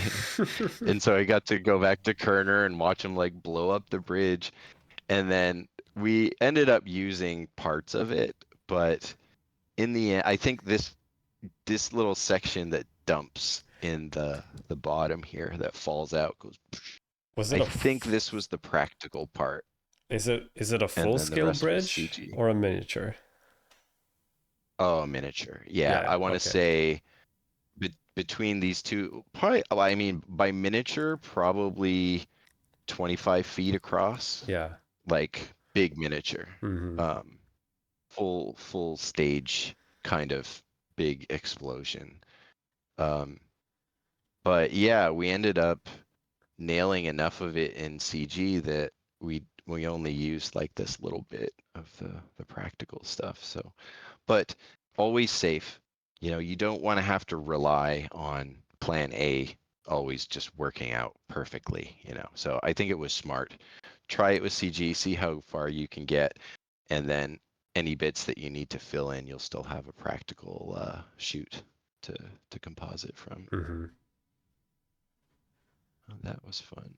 That was like put the wrapping paper away from my presents and then go get back into the office. Got Super Bowl to do, you know. There's a few other ones. Oh yeah, what was the one where he flies down? He jumps off of his. I might have to. Oh no, yeah, I had to put some goop on Shia's face there. I I felt bad for him. He was being violated. Dude, Chai is Yeah, such a good actor. Like as a kid actor, like he is. he was so genuine. So good. Mm-hmm. I think he was this like really he really put all he was like the glue to these movies. I feel like I really like watching him. Mm-hmm. I think he did a fantastic job. Yeah. He was a great runner. He showed like the no thing was Hmm. it really worked really well, Hmm. I think. Okay, yeah, this was the one too. So similar idea here with the transition. This at this point is the actual practical real Optimus truck, Hmm. and they are parked in an airport Hmm. somewhere with Hmm. with like a big ass rear end of a plane. And then the truck drives out, So this is full and then CG already. yeah, we're basically within like 10 frames, we're transitioning to full CG. As soon as we see like this would have been the ground in the Hmm. plate, but Hmm. now we're up in the air with the Digimat background. And So then what do you do? A cross dissolve? How do you transition? I mean, kind of. You match the lighting. Yeah. Like the textures and the model already match. So Mm. if you can match the lighting, then a cross dissolve works great, Mm. you know? And that's pretty much what it was, I think, in the end was we had the lighting was looking, I mean, I can tell that's CG because I'm so familiar with it, but Yeah. like I think we're like practical to here and then 1, 2, 3 frame dissolve maybe, and we're into the CG. Hmm.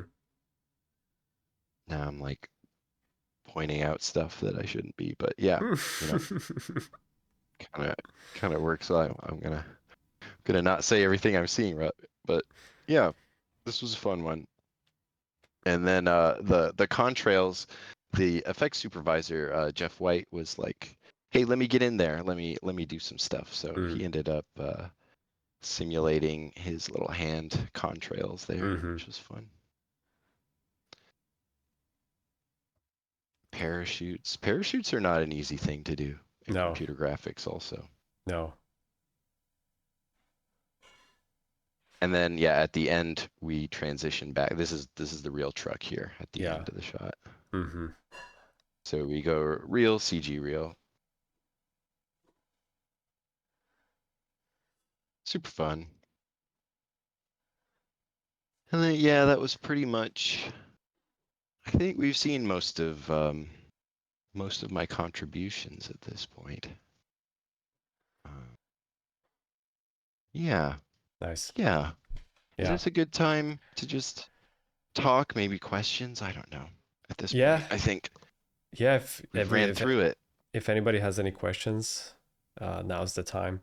I think we're gonna skip Oh, the portfolio review section okay. just because I need to go because because I'm flying tomorrow to Singapore. I still need to pack. Need to make some dinner. Unless if we do them quick, we can maybe if we can bust them out in like 20 minutes, then I think we can do that. Because there's like only I think like 12, 13 portfolios. Maybe we can go through them fast. What do you think? I'm down to try. By all means, lead the way because I know you're on a schedule. So whatever you think will work, I think if we can I'm make it, happy. if we are, I think we can take another 20 minutes and kind of go through them. I think people are gonna appreciate like getting your feedback and insight on them for sure. Yeah. Sure. Yeah. Okay. Okay. Do you need me to grab those, or do you have the list there? I think I shared the list with you. I can send it to you again if you want to, and then you can just open it up and go through the links. Let's see.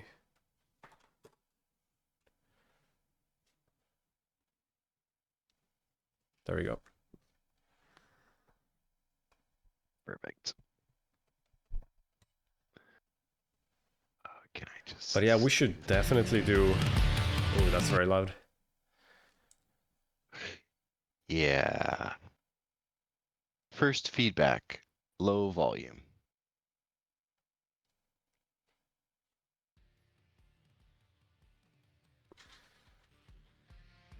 Okay, so yeah, first on the list is I'm not gonna pronounce it right. I'm gonna say Renan, but it's probably Henan Manguaria. Close. Apologies, Close enough. my English sucks. It's gonna be a I'm mix. I think there's like a mix of skill levels here, so it's gonna be all over the place. Okay. This is an effects reel. Looks like an effects reel to me. Look at that. Something I noticed with this one, because I already watched it, is that, and this is something I wanted to ask you when it comes to compositing. Now everybody's using ACES, and I keep telling people, especially FX people, I'm like, use ACES, because I can see in quite a lot of shots here, ACES was not used, because I can just see how the highlights are being blown out and like they're clipping quite a lot. What did you guys use in ILM? Was it just ACES? You had your own LUTs or your own kind of color spaces, or what was it? Yes. Most of the time it was a custom LUT because we would be working with like Company 3 or the digital intermediate places. So we would say you're working in Nuke, you can view your lookups while you're in Nuke. Like it's the ACES workflow. Basically, you're working in linear space and then you're viewing the output of your LUT. And yeah, that's if it wasn't like they might be using ACES now or something very similar, but it was always a very similar workflow. Sure. Yeah. Where at the beginning of the show, the comp soup or someone like in charge of color would basically be working with Company 3 or whoever the vendor was, and that would get figured out pretty early on, and then to the compositors, it was just the way you work. You would just have your LUT, and that was the way it was, and yeah, you didn't have to think about it too much once the pipeline was set up. But I agree, working with whether it's ACES or some other specific lookup table for your project, I think that's very important to match what your plate is doing. To have Yeah, because I see here the same color specifically. space.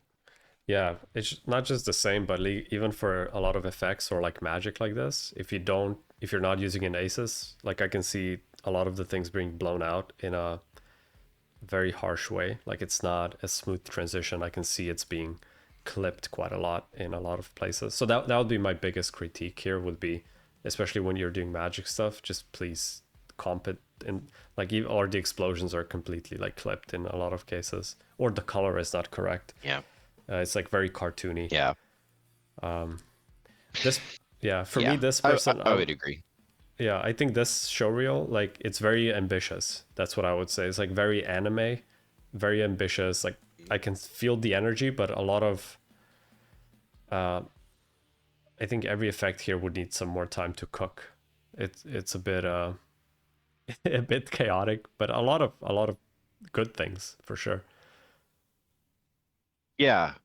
I agree completely. Like there's that you can feel the ambition, and it's like when I was first getting started or when I was in school, I did a similar thing where, you know, you want to come out of it with a reel, and I just went big, and halfway through it I'm like, oh, this is too much stuff. And it's you have to pare it down for what you can actually get done and get a good, like, the amount of work is not important. The result of the way it looks is important. So I would agree and say work on the details of this more. Make it, get it to the point where you could see it, you know, in a feature film and it would hold up. Yeah. Um, just it's this is a case where you've got the first 80% and it looks really cool, but the hardest is that last 5%, and you're going to spend 50% of your time on that last 5% getting all those details just perfect. You know, we could talk about technical stuff in here, but you know, maybe watch the resolution on flip sims, things like that. But Yeah, the flip sim is a bit low res. Yeah, I think also, yeah, like, for me, I like seeing. I would rather see one shot that was pushed to 100%, because that would tell me what is the, like, what is the actual ability of an artist, versus having 15 yeah, shots that were like you said, to 80%, because then I know that you do not know what is the last 10 or 15%. You know, you're not, I can see your skill is capped at this level. Instead of give me one shot, it can be like 10-second shot, but if you pushed it all the way, I'm like, okay, you understand, and that would be more perfect. valuable. Yeah. Yeah. Yep. That's the way it goes now, and you're absolutely correct. Like if you're looking to interview candidates, it's totally true. You want to see how far that individual can get, and a demo reel is kind of good measure of that. Like if it's their personal work, how far do they take it? Do they go to perfection, or do they move on to something else? Um, and depending, like some studios, maybe they're interested in more generalists, and maybe they need the work done quicker. Um, and sometimes this stuff could apply, like can you get more done faster and not necessarily need to do that last 5% in a different environment? Um, you know, all these skills are useful, but if you want to work on feature films, then the biggest thing you want to present is a really good final look Yeah. on something. Yep. Right. Sweet. Okay, should we do the next one? Let's do it. Dude. All right. Kim Helgren.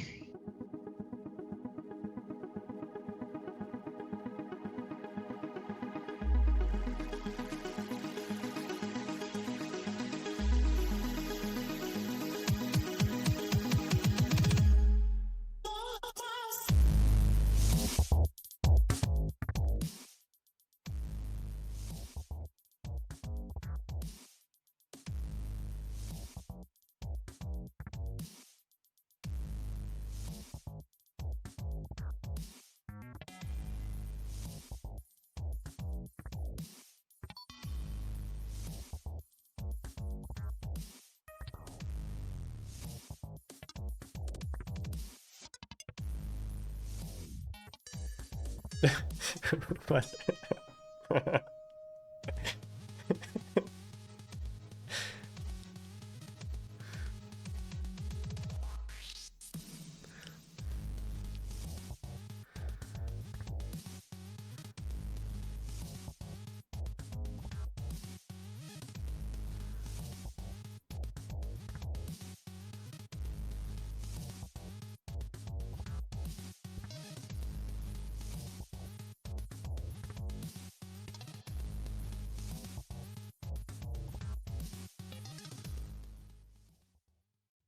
Heck yeah.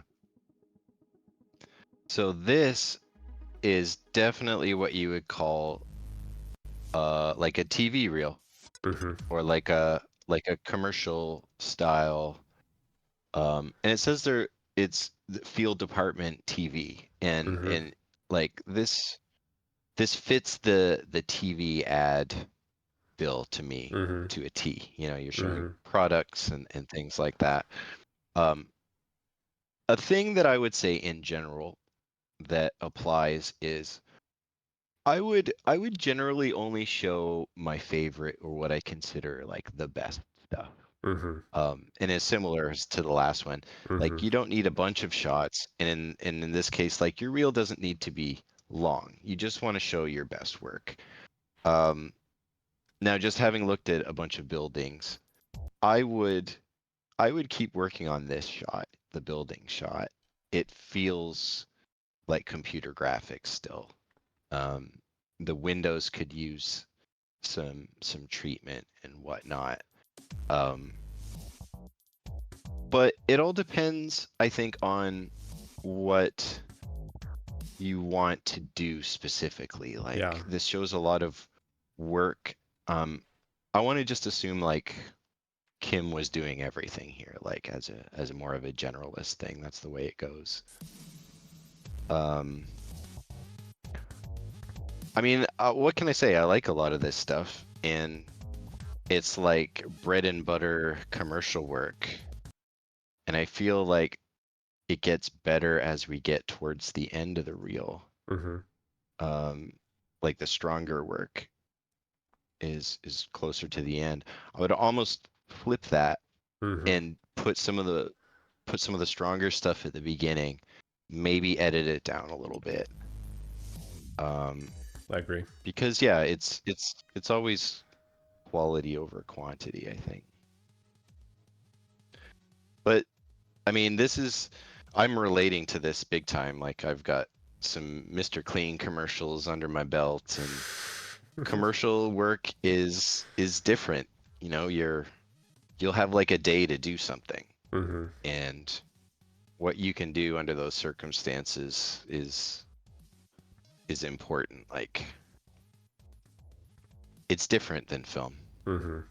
It's different workflow. Like I love this stuff. Look at that. Yeah, That beautiful coffee machine. it's good. Just leave it there. What do you think? Yeah, I agree. I think I would also like to see what was the actual work that the artist did. So in this case, was it just the rendering? Was it also the modeling? Was it in some of the other shots? You know, what specific thing the artist worked on? But I do agree, like Yeah. the level of quality on this one is like it varies a lot. So I would probably remove a few things just to keep it more consistent quality wise. Mm-hmm. Yeah. Yeah. Oh, a classic commercial reel. Okay. Let's go with number 3. And feel free to let me know when we've run out of time here. I think we're doing fine if we spend like 3 minutes per artist. All right. Okay. Ayush Ramana. Good looking stuff. Ayush actually works with us at Double Jump full time now, so Oh, nice. he's pretty good. He's much better than what his show reel actually shows.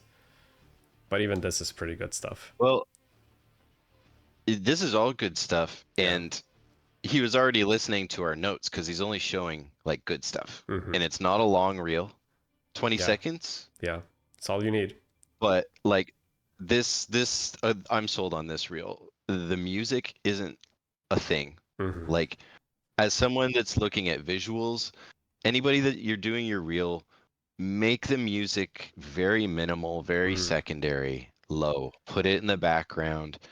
Just keep it subliminal. Don't make it be like "Bah," and then already people are like, if you're turning down the volume, you're not off to a good start. You know, a lot of this is just psychology. Mm-hmm. But yeah, just a little background music, beautiful shots right away. It doesn't need to be long. It's all good looking work. It's all really like you've got that extra detail in there, that attention to detail, beautiful looking. Yeah, I mean, Done. Yeah. I don't know. What do you say about this? Like, Oh no, yeah. this Uh, is good. I like it. I already gave him a bunch of feedback on it, so I feel like he applied most of the things we're talking about here.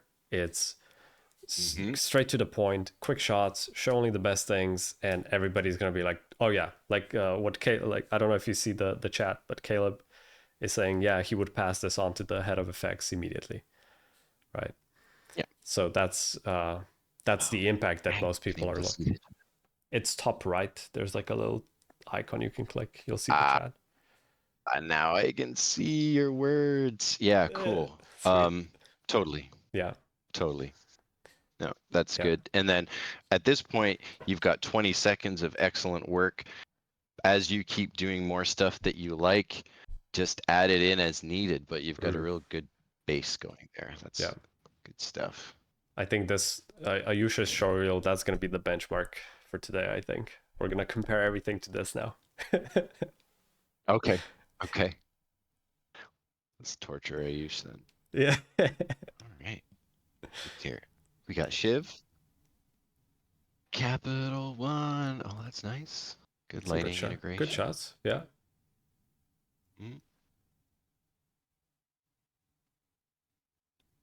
HP. Oh, that's good. Ooh, yeah. I like that. Ooh, it's good. I like that too. Ooh, nice. I like all that. Nice. Yeah. Ooh. Oh, damn. That's hard. Like growing trees, especially like time lapse mode, it's not easy. Or like yeah, with all the little wiggle that plants. looks just right. Yeah. Mm-hmm. Few million particles here and there. Very nice. I love this stuff. I got to do some Garrus Sandman stuff for the latest Mortal Kombat game. That was really fun. That just reminds me of that. Tencent Games, PUBG. Yep. Cinematics, pretty nice. Maybe break up the edges on that sim, but otherwise pretty cool. Yeah, it was a bit fluffy. I remember some local folks were working on this. Doesn't say where Shiv is from, but who knows? I haven't watched it yet, but I don't like heights, so I don't think I want to watch this movie. Skydiving's okay, but tall buildings, I don't know. I just don't like the feeling.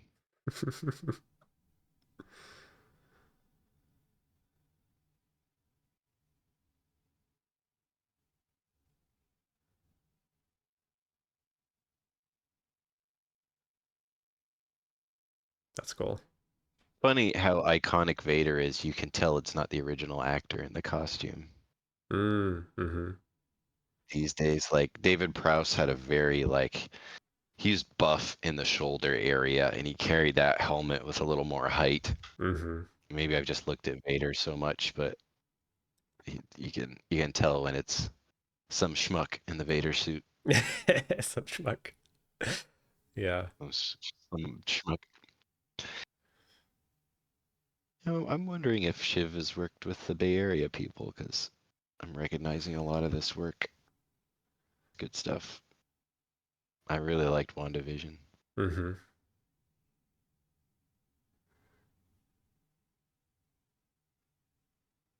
John Carter, yeah. I remember that. It's a while ago. That was an Decent movie. ILM show, I right? want to rewatch it. I don't think so, but I could be wrong. Maybe we did a little bit, but I think it might have been another company. Age of Ultron was, but there's a lot of vendors as always on these Avengers movies. It's like The 30 companies. Guardians was beautiful. I remember that Yeah. movie. Yeah. And that was done in Sydney, I believe. Guardians. Yes. Yeah.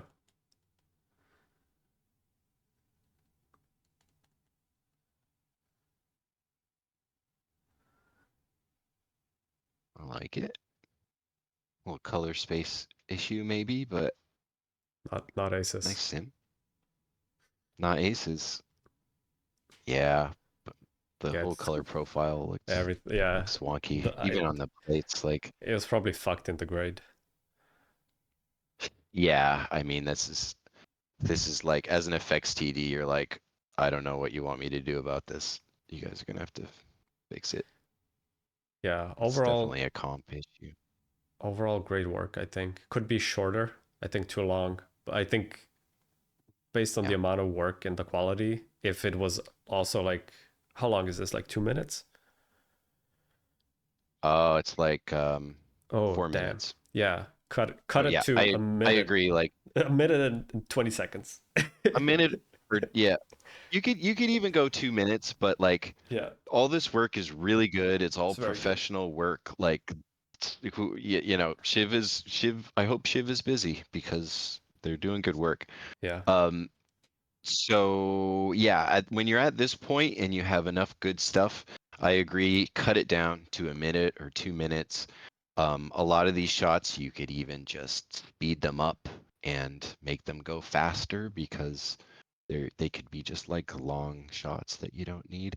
So it's good to show some Wanda stuff because it's like, oh, big production, but you don't necessarily need all of the stuff, you know, like maybe that is you throw that one out just because it's not crazy or anything. But yeah, good stuff. I mean, really the only thing is just to cut it down a bit, you know? Yep. It's good stuff. All right, let's look at Prenays. Ooh, I see a password here. Super secret, show real. Yeah, that's good. You do want to do that because sometimes these big companies don't like you putting their stuff all over the internet. Oh, this is gonna be a good one as well. Redefine, yep.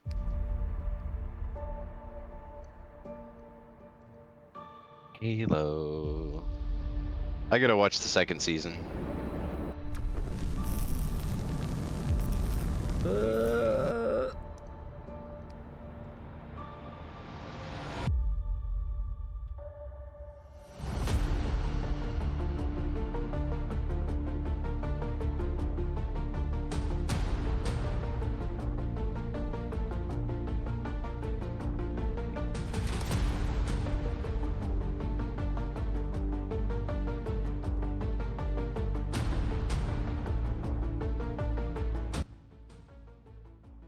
The boys.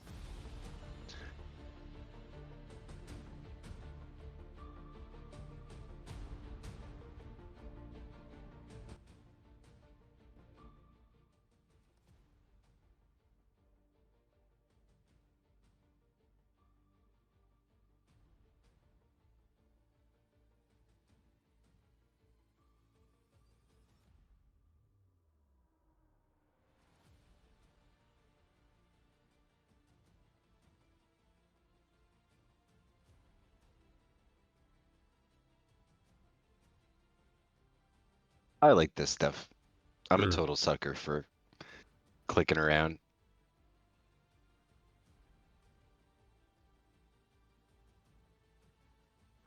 But he didn't use aces in the render.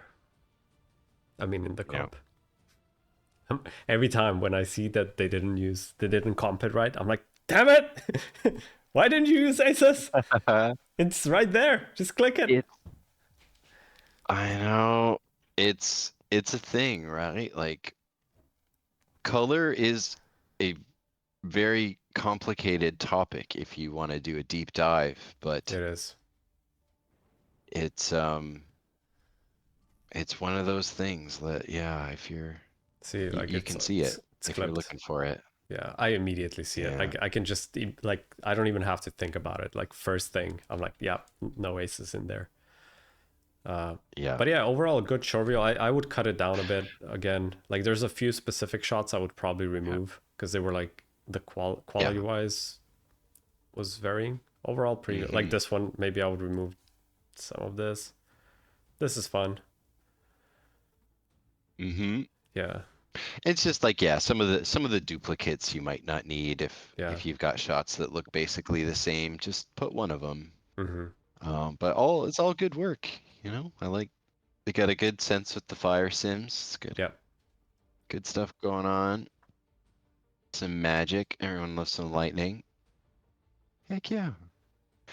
But yeah, I would just cut it down and lower the volume. And that's really it.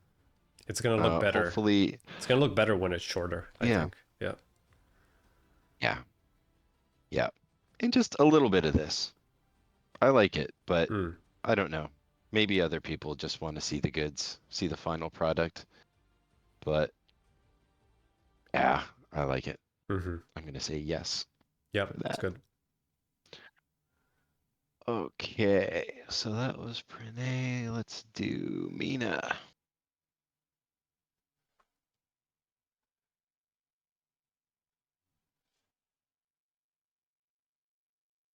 Again, no Asus. I'm like even better. No audio. Oh, that's perfect. Great. All right, cool. Cool car sim. Yeah, it's pretty good. I like it. I mean, this is good technical director stuff. You can deform the car, blow it up, do the effects sim. That's all good stuff. This one feels a little low res, but it's Unreal. Yeah, some sort of visual artifact going on. I don't know what that is. Maybe it's the lensing or something. It's the default lens flare in Unreal. Sometimes it's just all over the place. If you have too high, like if your speculars are too high, also the bloom and the glow effects are. But overall, technically, the destruction is pretty good. Explosion is pretty good. Yeah, as these well. are all yeah good elements. Yeah, I mean, I would continue to pester them in dailies for that extra 5%. Yeah, but they're showing that they understand what to do. Cool. Houdini stuff. Transformer stuff. Yeah, showing skills. I mean, when you're starting out and you don't have a lot of real footage to work with, like, I like this stuff. That's good. It was so hard to do this back in my day in the 90s. Like, you couldn't get materials, but like, if you want to just grab Craig and do some stuff and show off what you know, I think that's perfectly acceptable. That's completely fair. It's not easy to get awesome looking models and animation. I guess there are sources out there these days, Mixamo and things like that, but yeah, I like the spider webs. They're juicy. Spider webs are really well done. Yeah, very juicy. Yeah. It's good. I would probably make it a bit shorter. I think this is like 2 minutes. I think we were seeing this flipping quite a lot, which because as soon as I see the first flip, the first render, I know exact. I'm like I know what went into it. Like if you're applying for a job, and a senior artist is looking at this, we already know. We don't even need to see a lot of the passes. We don't need to see this repeated 5 times, but it does. Yeah. The lens flare is all over the place, and again the color profile is off. Like something, it feels like very like 2005 game cinematic for some reason. Yeah, before people really used color profiles. Yeah, Yeah, agreed. but good. Good Overall. work. Yeah. Just cut it down a bit. Yeah. And where you're at, like you can tell like it's early in your career, and that's totally fine. Like this is a good way to present stuff when you don't have a lot of stuff yet. Totally get that. We've all been there Mm. at some point. All right, we've got Andrea.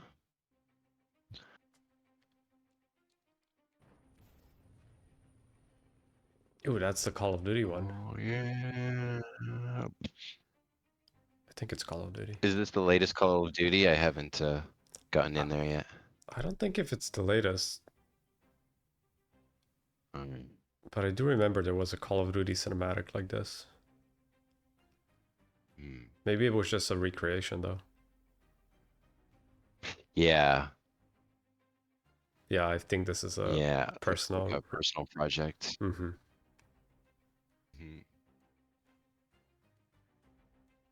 Man, water's tough. Water's tough to pull off unless you've got a real beefy machine that you can, you know. Even when we didn't have real beefy machines, all the water sim people got the beefiest machines. They just needed it.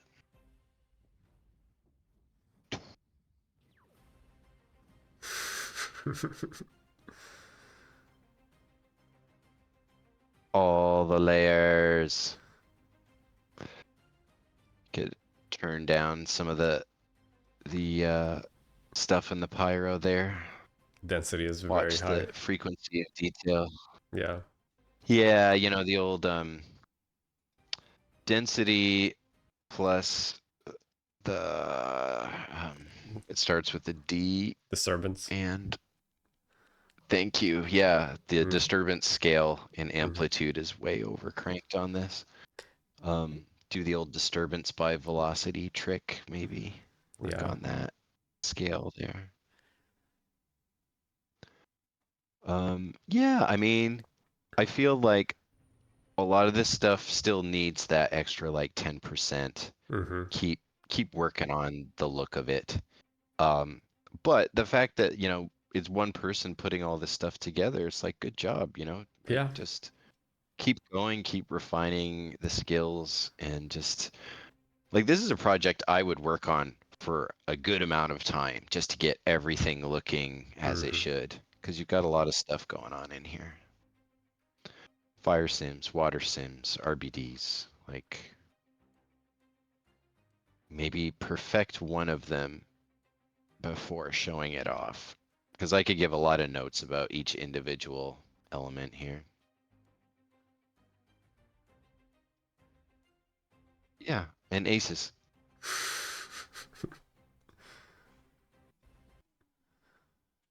I like the concussion wave. Shows the scale. Yeah, like it could work. But it is missing that final 15%. Like it's just, yeah, somebody would Needs it. like this person probably just needs like a mentor, somebody to mentor him through this shot, because it does have a lot of the right things, just tweaking it. Yeah. It's very ambitious as well, because if you're combining water, which is slow to sim, with big explosion, which is slow to sim, it's hard to do a lot of iterations fast. Yep. Yeah. I mean, good on you for the ambition. If you're going to stick with this project, yeah, I would say keep refining your elements. Look at some real world reference of what a big explosion like this looks like, because we have that one volcano that went off a few years back is exactly this, like in the middle of the water. And then work towards real reference is always a big important thing to do, I think. Okay. How are we doing? Should we keep going? Are we halfway through? We are halfway through right now. Yeah. If We you're could up, do. if you're up for it, we can finish We all could of them. jump. Yeah. Sure. Yep. I'm totally into it. Joe Kane. Oh, I bet That's the schedules for the Walking Dead shows are pretty brutal. horrendous. Yeah, horrendous. Probably just like It's you good have stuff. 2 hours to do this. Yeah. But it's pretty good. TV is rough. It was an Yeah, this is good stuff. very close, ambitious fire. Oh, I love the recreations. Hmm. I was just talking to people about this sequence the other day on the internet. It was a fun sequence to work on. Hmm. But yeah, a lot more detail required there. Nice. Nice.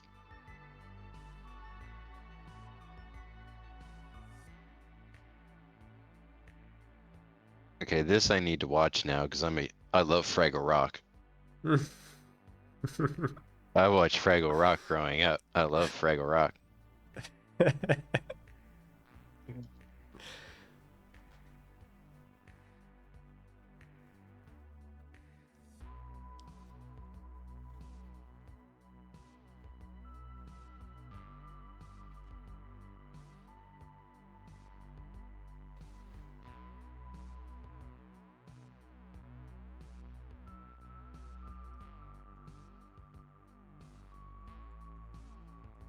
Heck yeah. Pretty cool. Good. This is solid reel, you know? You got your professional stuff at the beginning. I would work on this some more before including it. Yeah. And like the background mostly. Nice sand hits. Mm-hmm. Giving me flashbacks there. But overall quality wise, it feels like if you're gonna show this, do more work on the background. If that's something you're into. It's always nice to see the Falcon. And then yeah, the latter half of this is like cool sci-fi stuff that's not necessarily professional work, but still fun. Mm-hmm. And you know, depending on what you're going for, you could give notes about a lot of this stuff, but personal projects depends how far you want to take it. But I think it's cool. Mm-hmm. I think it's a good one. Yep, I agree. Overall, pretty good. I do think in that recreation, that's Star Wars recreation shot, I don't think he used aces.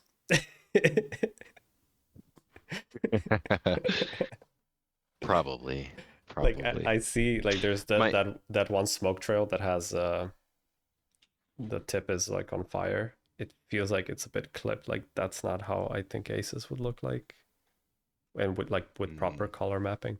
But yeah, what I would do is, it depends how much time obviously people have, but if you compare it to the original, like how it looks like, and I would finesse it until it kind of looks like the final one from the movie. Just like A/B test it a lot. Yeah, right. Like reference as always.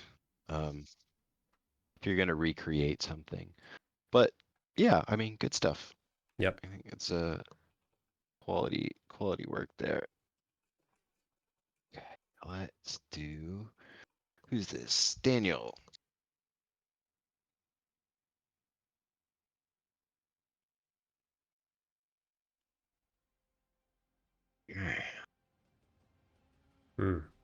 Yes. Here we go. Bang.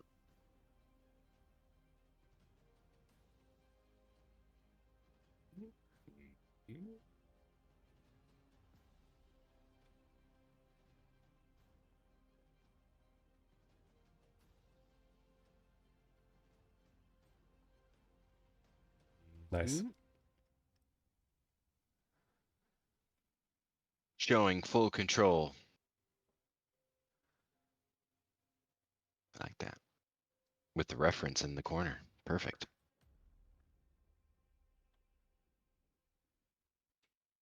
Sweet. Nice. Yeah, quite good. What can you say? Just nice, concise. Maybe a little too smooth on our explosions, but I mean, I'm when I have to get to the point where I'm nitpicking, you've done a good job. Mm-hmm. Yeah. Solid. I like that, especially just boom. There's our reference. There's our render. Mm-hmm. Looks pretty excellent. Yeah. And then a little bit of leaf action. People love HDAs. Show them your HDAs, everybody. Cool. All right. All aces. Keep it moving. Dayton. That Daniel said all Aces. aces. Yes, 100% approved. All aces. Yeah. Nice. Ooh, that looks nice. Look at that. Uh-huh. Mm. Oof, that's a heavy model. Oh, I've seen this one. I think I saw this online. Mm. He was showing it off. Yeah, it was cool. Yeah. The envelope method of tearing open the starship I thought was interesting. It gave it kind of an organic feel, the way it deformed. Yeah, but soft body. Interesting approach. Yeah.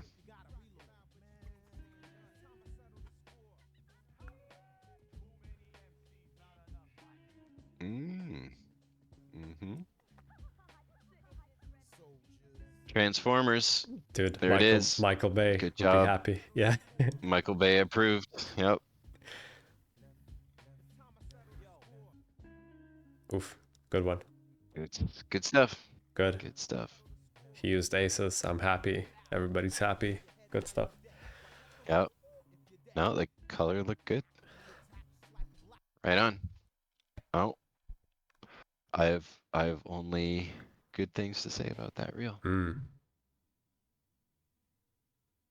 All right, Sam Savage.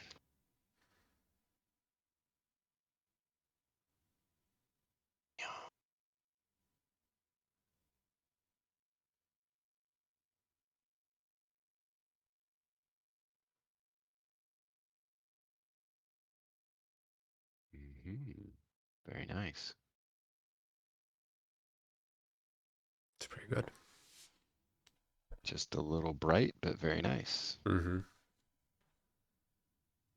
Getting that foam to be just the right brightness is tricky sometimes. Cool fire tornado. It's totally a real thing that can happen. I had to research this. It is, yeah. You do not want to be stuck in a fire tornado. Not a good time, no. Ah, you look like this guy. Yeah. Oh, that looks very good. Good fire sims. Yeah. Mm-hmm. Yep. You could, if you told me that was just filmed, I would believe you. Yep. Let's just marvel at this for a sec. Good job. Looks excellent. And I think Sam and Daniel worked on this shot together. That's why they both have it.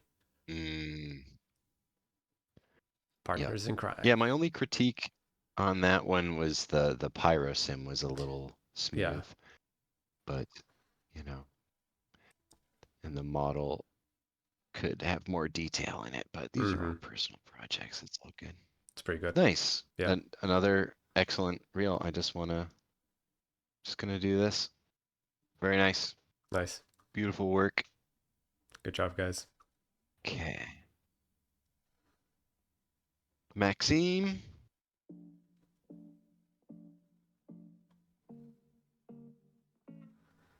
People from Artifacts are usually very good. It's a French school, I think. They're like insanely good. Some of the students are like senior level in some cases. Look at that. This is good work. Oh, this is amazing. Proper. Yeah.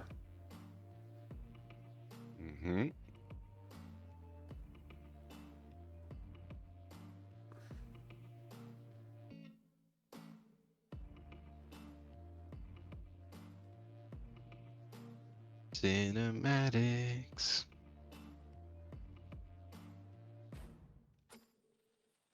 Mm-hmm. Pew pew pew.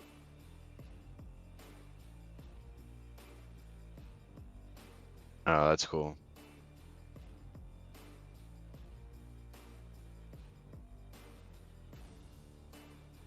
Nice. Reminds me of Battleship. Mm-hmm. Good stuff. Good stuff. Another solid. Solid. I don't have many notes on this. No.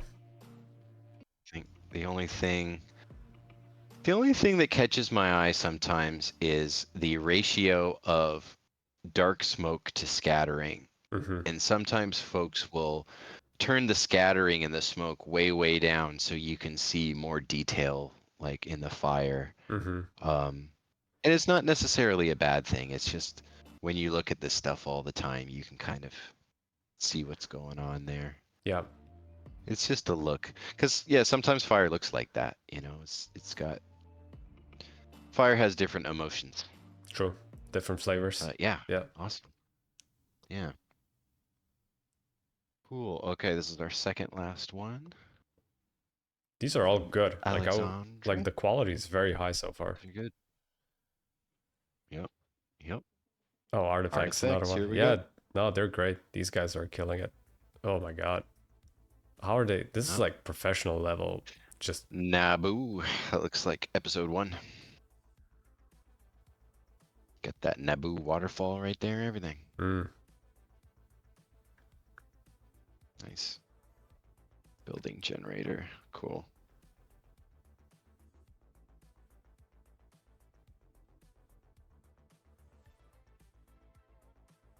Got to be hundreds of building generator HDAs out there at this point. Mm-hmm. Damn. It's good. It's good.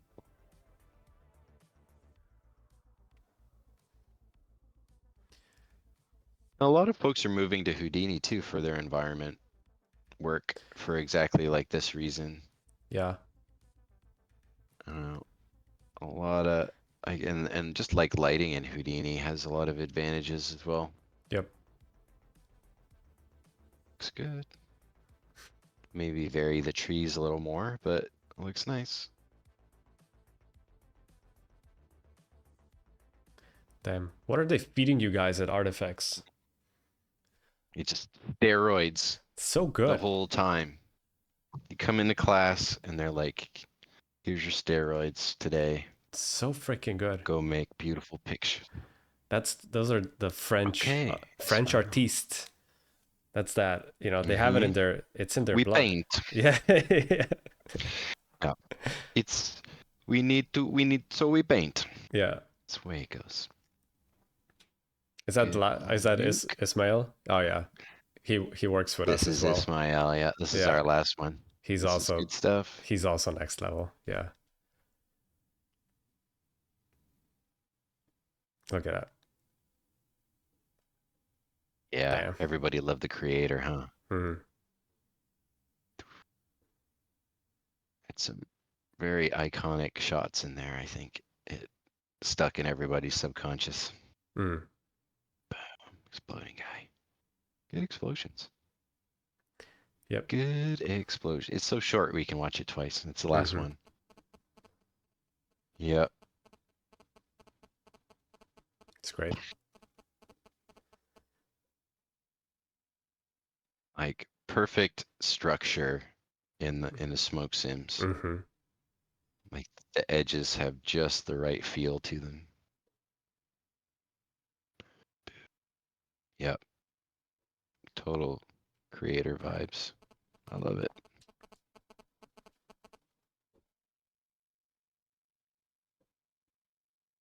Oof, Good that's work. Yeah, he's great. It's all good work.